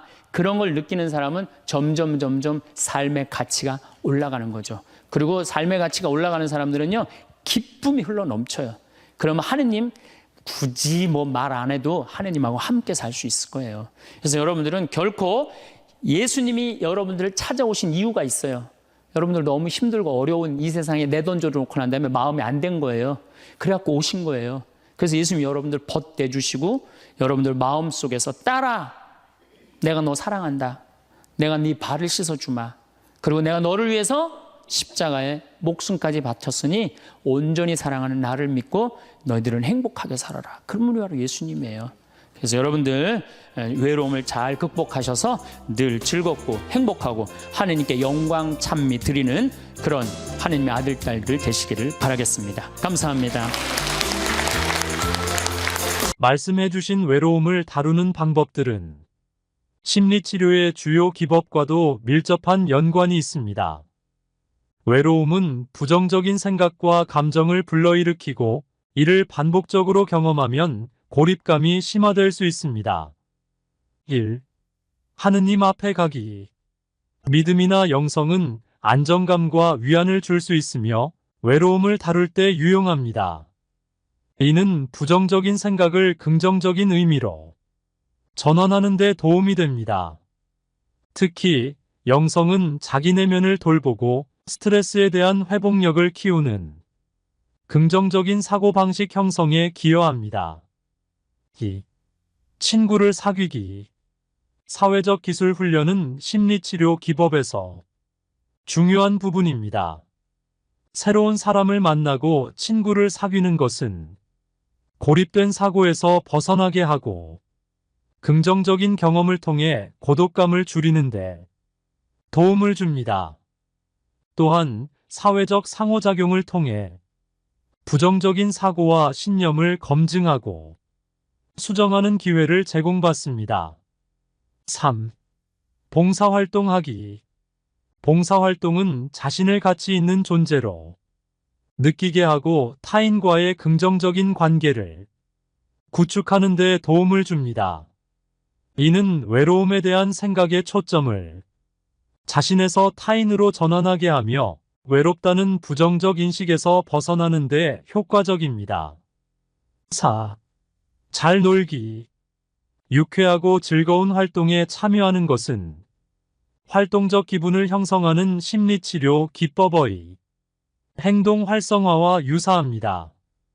재미있는 활동은 긍정적인 감정을 불러일으켜 우울한 감정이나 외로움을 감소시킵니다.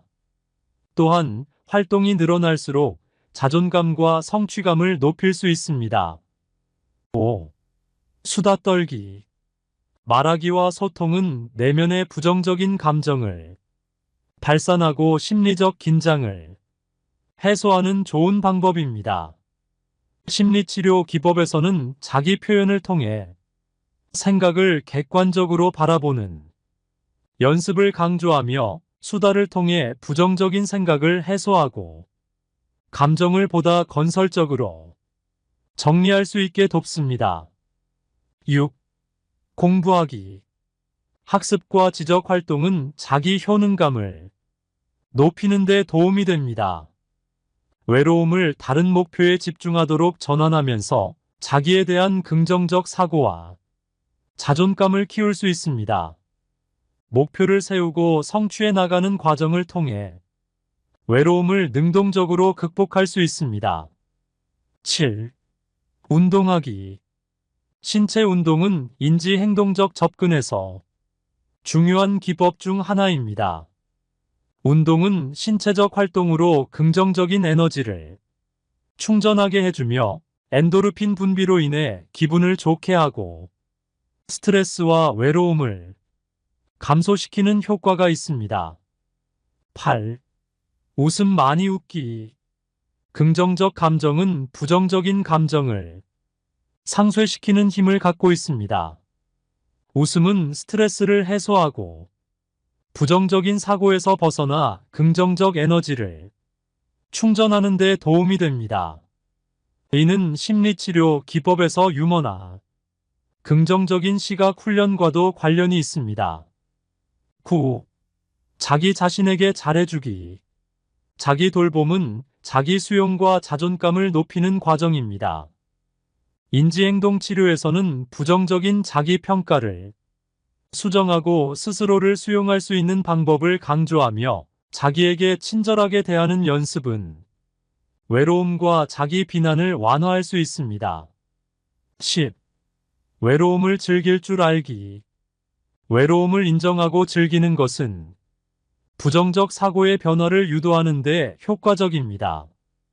외로움 속에서도 의미 있는 활동을 찾고 자기 자신과 시간을 즐기도록 하는 것이 외로움에 대한 인식을 변화시키는 데 도움을 줍니다. 이는 외로움을 긍정적으로 수용하고 재구성하는 심리치료 기법과 일맥상통합니다. 이와 같은 외로움 대처 기술은 인지행동적 심리치료의 다양한 기법과 밀접하게 연결되어 있습니다. 이를 통해 외로움을 보다 긍정적이고 효과적으로 다룰 수 있습니다.